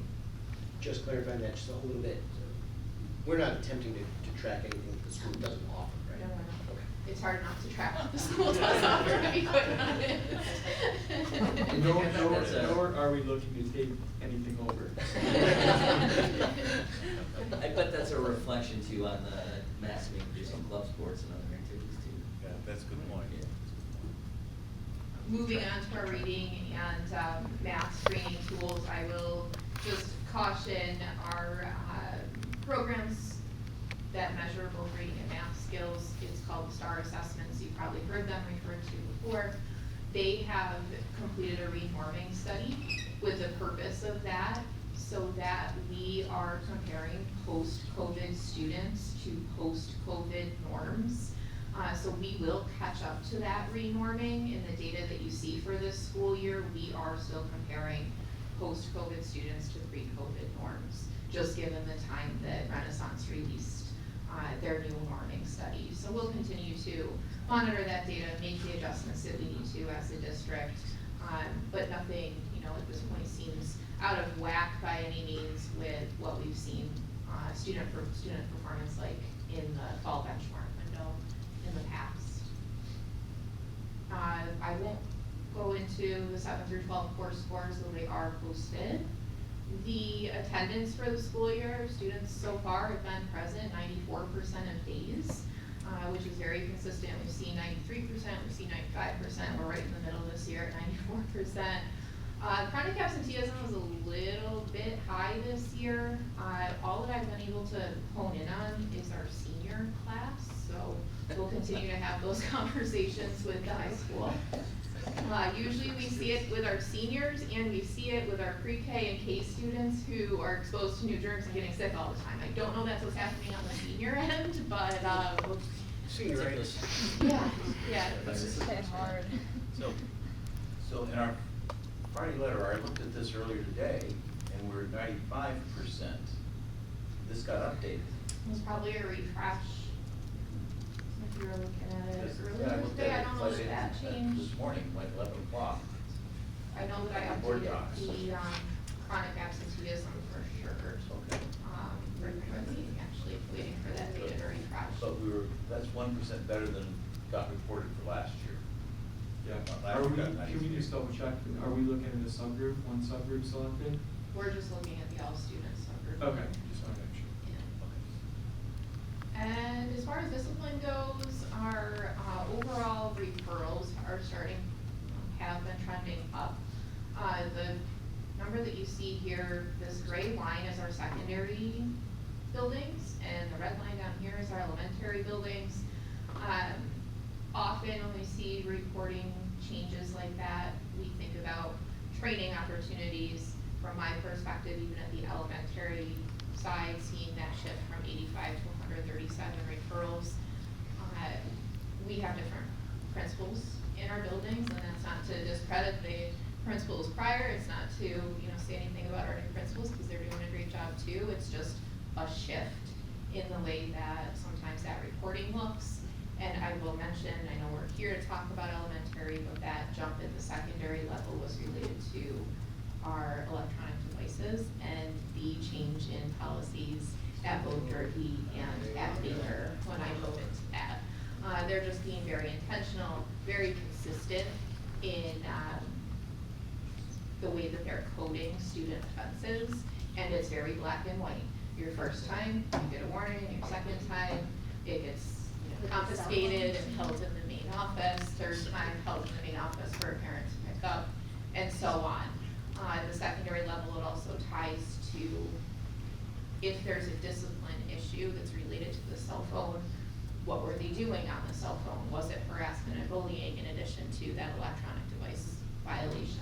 So that was what I was able to tie the jump in the secondary referrals to. And just to add, we've done a lot of training with the administrators, and one of the other areas that indirectly ties to some of this is the workplace violence prevention program. So our staff are aware of the fact, they're documenting more. It's not to say that there's any violent interactions that are occurring, but they're more vigilant in documenting things that occur so that we can watch for trends and we can address areas that we need to address. So I think there's a combination. I don't think we can pinpoint one area over the other, as Danielle mentioned. It's a culmination. I think if you talk to the principal, they don't feel like anybody, or Dave, who monitors this from the human resource lens, I don't think we're seeing any more egregious behavior than we've seen in other years. I think it's just people are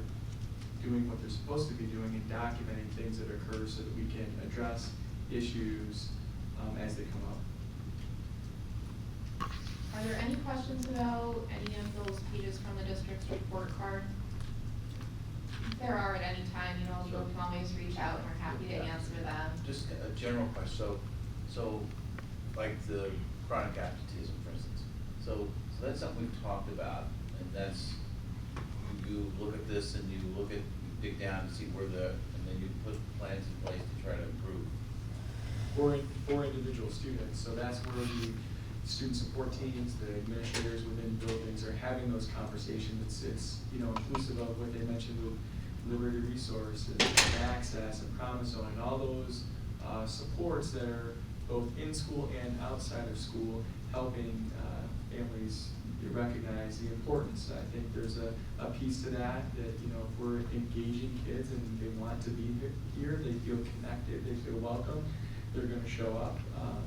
But there are family circumstances that we try to help and support. So I do think when it gets to that point with the communication, it is working with those support teams to make sure that students and their families have what they need to be here on a regular basis. We will never stop working on that. I think that's just the way that it will be, which is okay.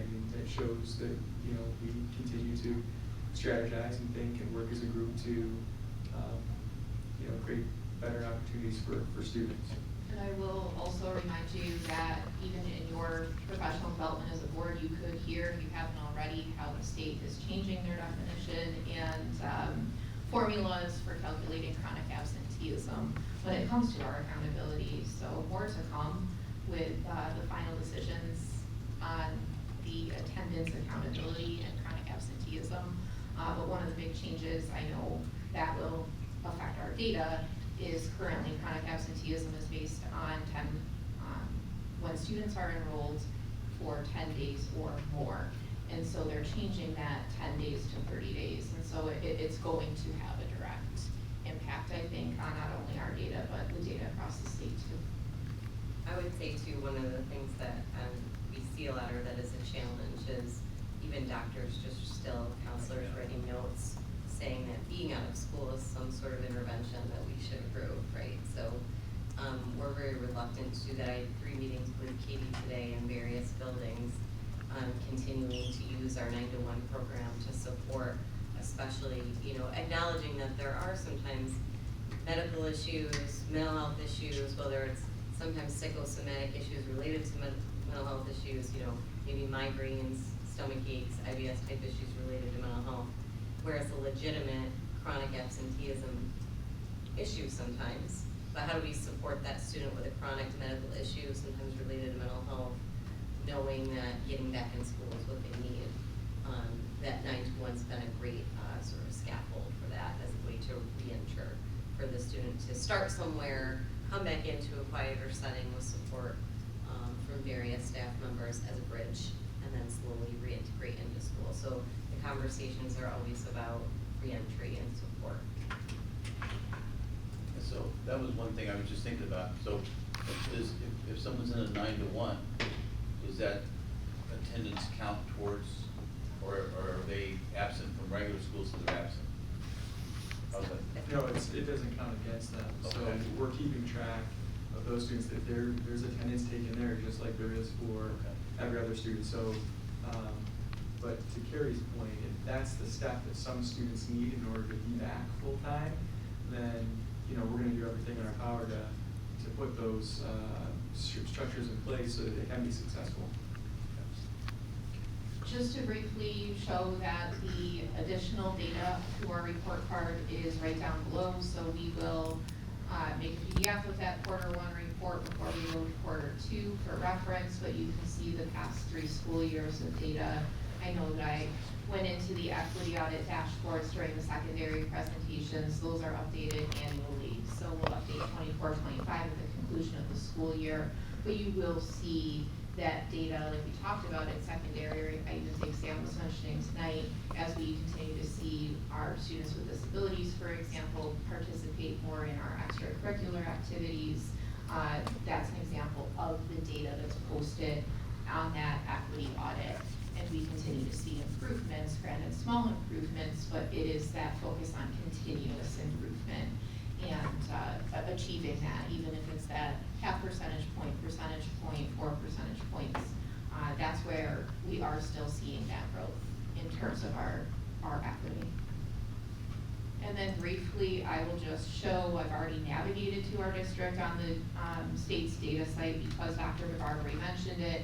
It is available when you navigate to the state site. You can click on districts and find Baldwinsville, and you can pull up our truly 3-through 8 assessments, Regents assessments, NISA assessments, you name it. But I just wanted to showcase this because you will see that yellow bar is the district's performance, that blue bar is the state's performance, and you can see for each grade level in English language arts that the district is outperforming New York State overall.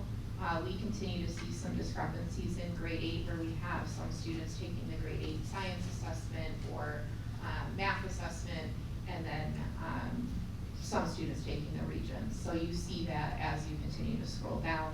Like I mentioned, this is ELA. But as you continue to scroll throughout the report, it breaks it into the individual grade levels, 4, 5, et cetera. I don't want to make anybody sick by scrolling. But eventually you get to the math results, and below that, the science results. We're much closer to the state proficiency levels in math, I would say, than in what we were just taking a look at in ELA. But again, that's something that we'll continue to work through, and we do have a new math program this year that I know students are enjoying, and teachers are certainly becoming more comfortable with too. And you want me to shoot down science? I would be happy to. So what's interesting about science, remember too, this is the first year of the new science assessment in grade 5 and grade 8. Grade 5 and grade 8, and the shift was from grade 4 to grade 5. The state proficiency even, we're seeing like 35% proficiency across the state. From what we've heard from schools, it was a difficult assessment, and it took students a very long time to complete, if not all day, a majority of the day, especially if they had some of the embedded field test questions.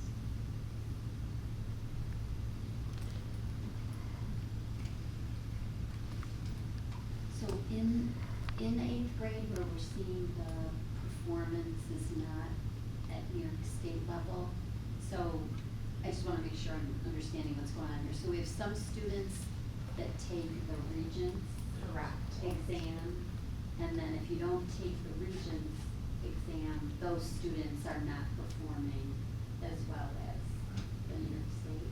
Correct. What's the percentage So on that? could we just assume that our kids that are struggling the most aren't probably taking the Regents in 8th grade and? Correct, so Okay. in 7th grade families, well, in 6th grade families are making the decision on whether or not a student will accelerate in science and or math. It doesn't have to be both. But when students accelerate, that means that in 7th grade, they do have that accelerated curriculum, and so students are in an accelerated course or in a non-accelerated course. And so then when they move on to 8th grade and continue on through 9th, those students on the accelerated track will take the Regents exam in 8th grade in math or in science. And the non-accelerated students, because the state tests are grades 3 through 8, they'll take the 8th grade assessment, but the state's had a rule in place for quite some time that we don't want to double test students. So we don't want to force them to take both assessments, knowing that many students are already proficient. So when you really look at that combined 8 column, that's really putting the students taking the Regents exam together with the students that aren't, and that's in similar performance line with what you saw with 3 through 8 assessments. So one from the ELA, using that as an example. So one of the things that I think schools try to navigate is this idea of 3 through 8 assessments give us an idea of where students are at and what they need to continue working on. And then when you think about the Regents exams, I mean, students just don't miraculously, get everything, when they're scoring at levels 2s and 3s in 3 through 8, but then all of a sudden they're passing these Regents assessments in order to graduate. Now, all of that's going to be changing, and we'll continue to have much more in-depth conversations as the new graduation measures and the Blue Ribbon Commission recommendations are implemented. But I think, looking at this, even with the change in the assessments, that is relatively consistent to the performance that we've seen in prior years, if not slightly better, even though it may not look like that. 8th grade has always been a struggle with 3 through 8 assessments. I do think, when you think about the transition for students going from what we currently have here as the middle school to the junior high school, there's that plays into this. And, not to bring back the capital project again, but I will. With this change, I think we, help to alleviate some of those unintended, barriers or frustrations that students have, because they would be in grades 7, 8, 9 in the same space. Remember, those Regents exams are specific to a certain subject area. So Algebra 1, all year they're focused on learning algebra. Life science, all year they're focused on learning life science. And so compared to the 3 through 8 assessments that really encompass a lot of different content, these these courses are hyper-focused on that one specific area. And that's actually my question, is there anything to the idea that some of this, because of the two tracks, any of this is just sequencing? I Maybe mean, not. I don't personally, What do you mean by so Lisa, I'll let Renee chime in. No, I would say, when I looked at the tests, and this was the first year, or last year was the first year they were given, I was overwhelmed, thinking, wow, to the amount of, reading and the amount of charts and diagrams that students had to digest in, for this exam, I think was well exceeded any previous assessments that they've had to take. And I think all of us were taken aback by what those tests look like. So just listening to across the state, the complaints about this exam, kind of gave us, like, okay, misery loves company, because everybody kind of felt the same way about this particular exam. But I know that our teachers, now that they have this, and I think we experience this every time, and I think about math, how many times math teachers at the high school have had to go through a new iteration of their exams, right? Every time we have this, a new assessment, our teachers are on it. Obviously, they weren't thrilled with our results. They're gonna take a look at, what the kids have to do, but it's intense. And, not necessarily 8th grade, but I know at 5th grade, we had kids right up until dismissal trying to finish that. Like, what good does that do, a kid who starts a test at 9 o'clock in the morning and then is working until 3? That's really appreciated, and too many questions, but we can talk after. Yeah?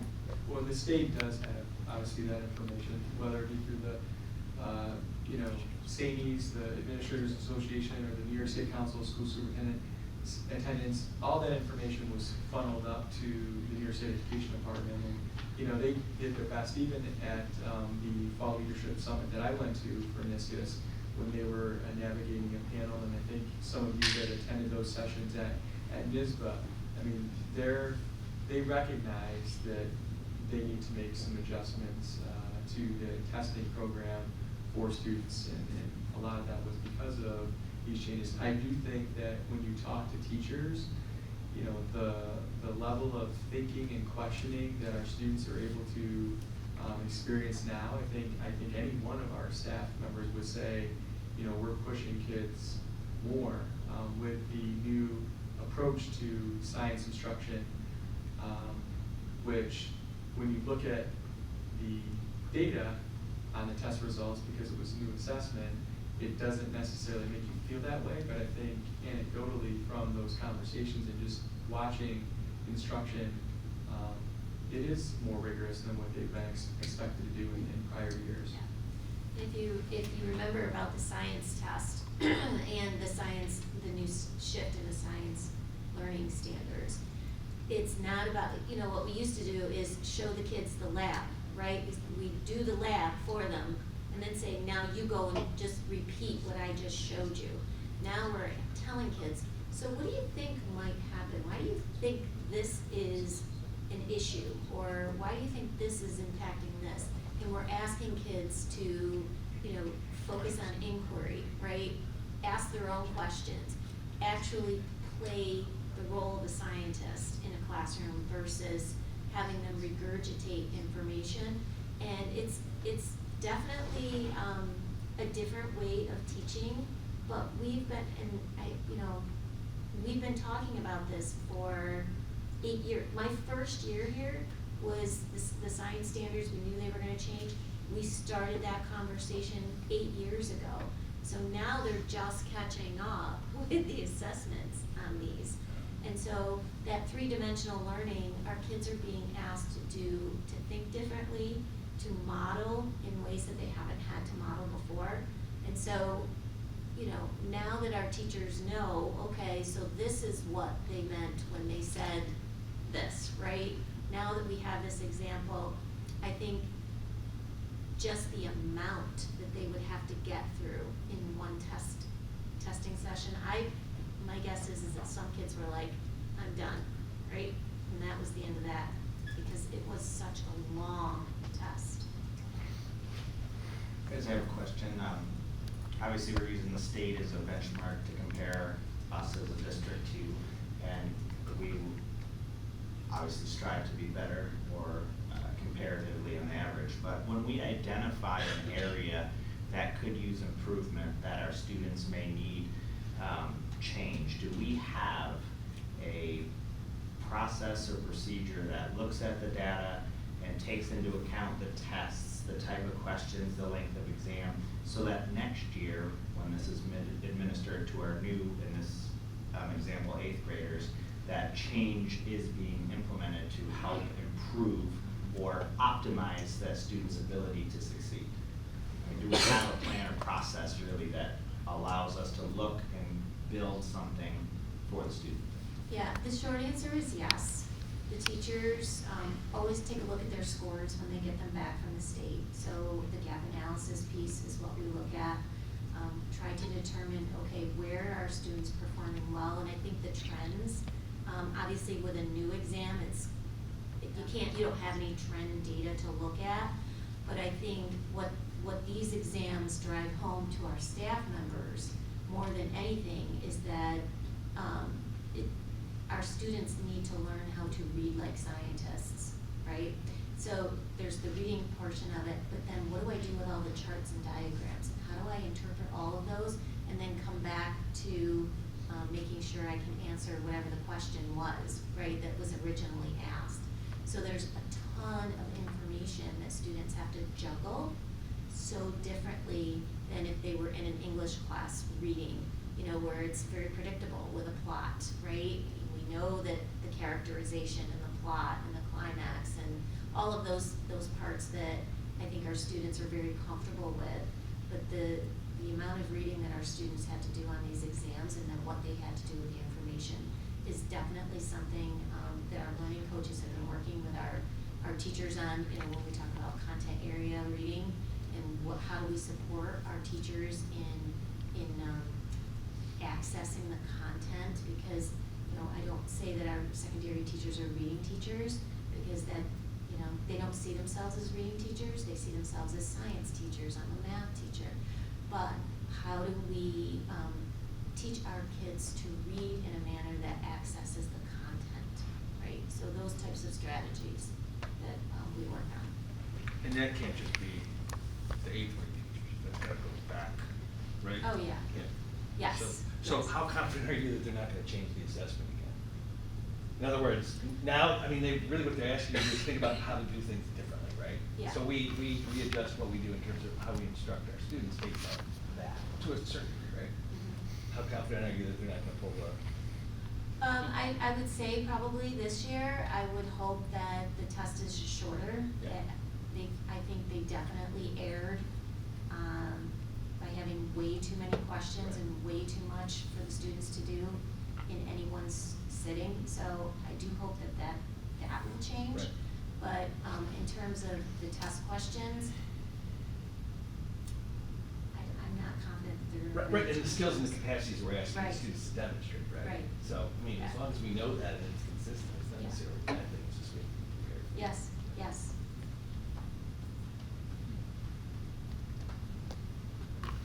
Okay, is there anything else there? I think that a pretty good overview thing. Do I turn my mic off? So, no, I'm sorry. Danielle, does that conclude what you want to show us on the? Certainly, and if you have any further questions, never hesitate to reach out. We'll continue to update the dashboard quarterly. Okay. Well, thank you, Louise. Quite a large amount of data, yes. But she loves it. And she loves it, that's true. So, at this point, we're really concluding our workshop, and we need to go right into a special session because workshop's not an official meeting, so we have to have a special meeting in order for us to go into to executive session. So, the special meeting of the Baldwinsville Board of Education for November 18th will come to order. I think since we've already said the pledges of allegiance earlier, we'll dispense with that. I think we have roll call in order, and the next thing to do is resolve Board of Education approve the agenda for the November 18th, 2024 Special Education, Board of Education, Special Board of Education meeting. So, Don, Andrew, those in favor? Aye. Those opposed, motion carries. And so at this point, I ask for a motion that we convene to executive session for November 18th special meeting. So, Jeremy, Sam, those in favor of going into special session? Aye. Those opposed, motion carries. So we'll take 5 minutes and we'll be in exec.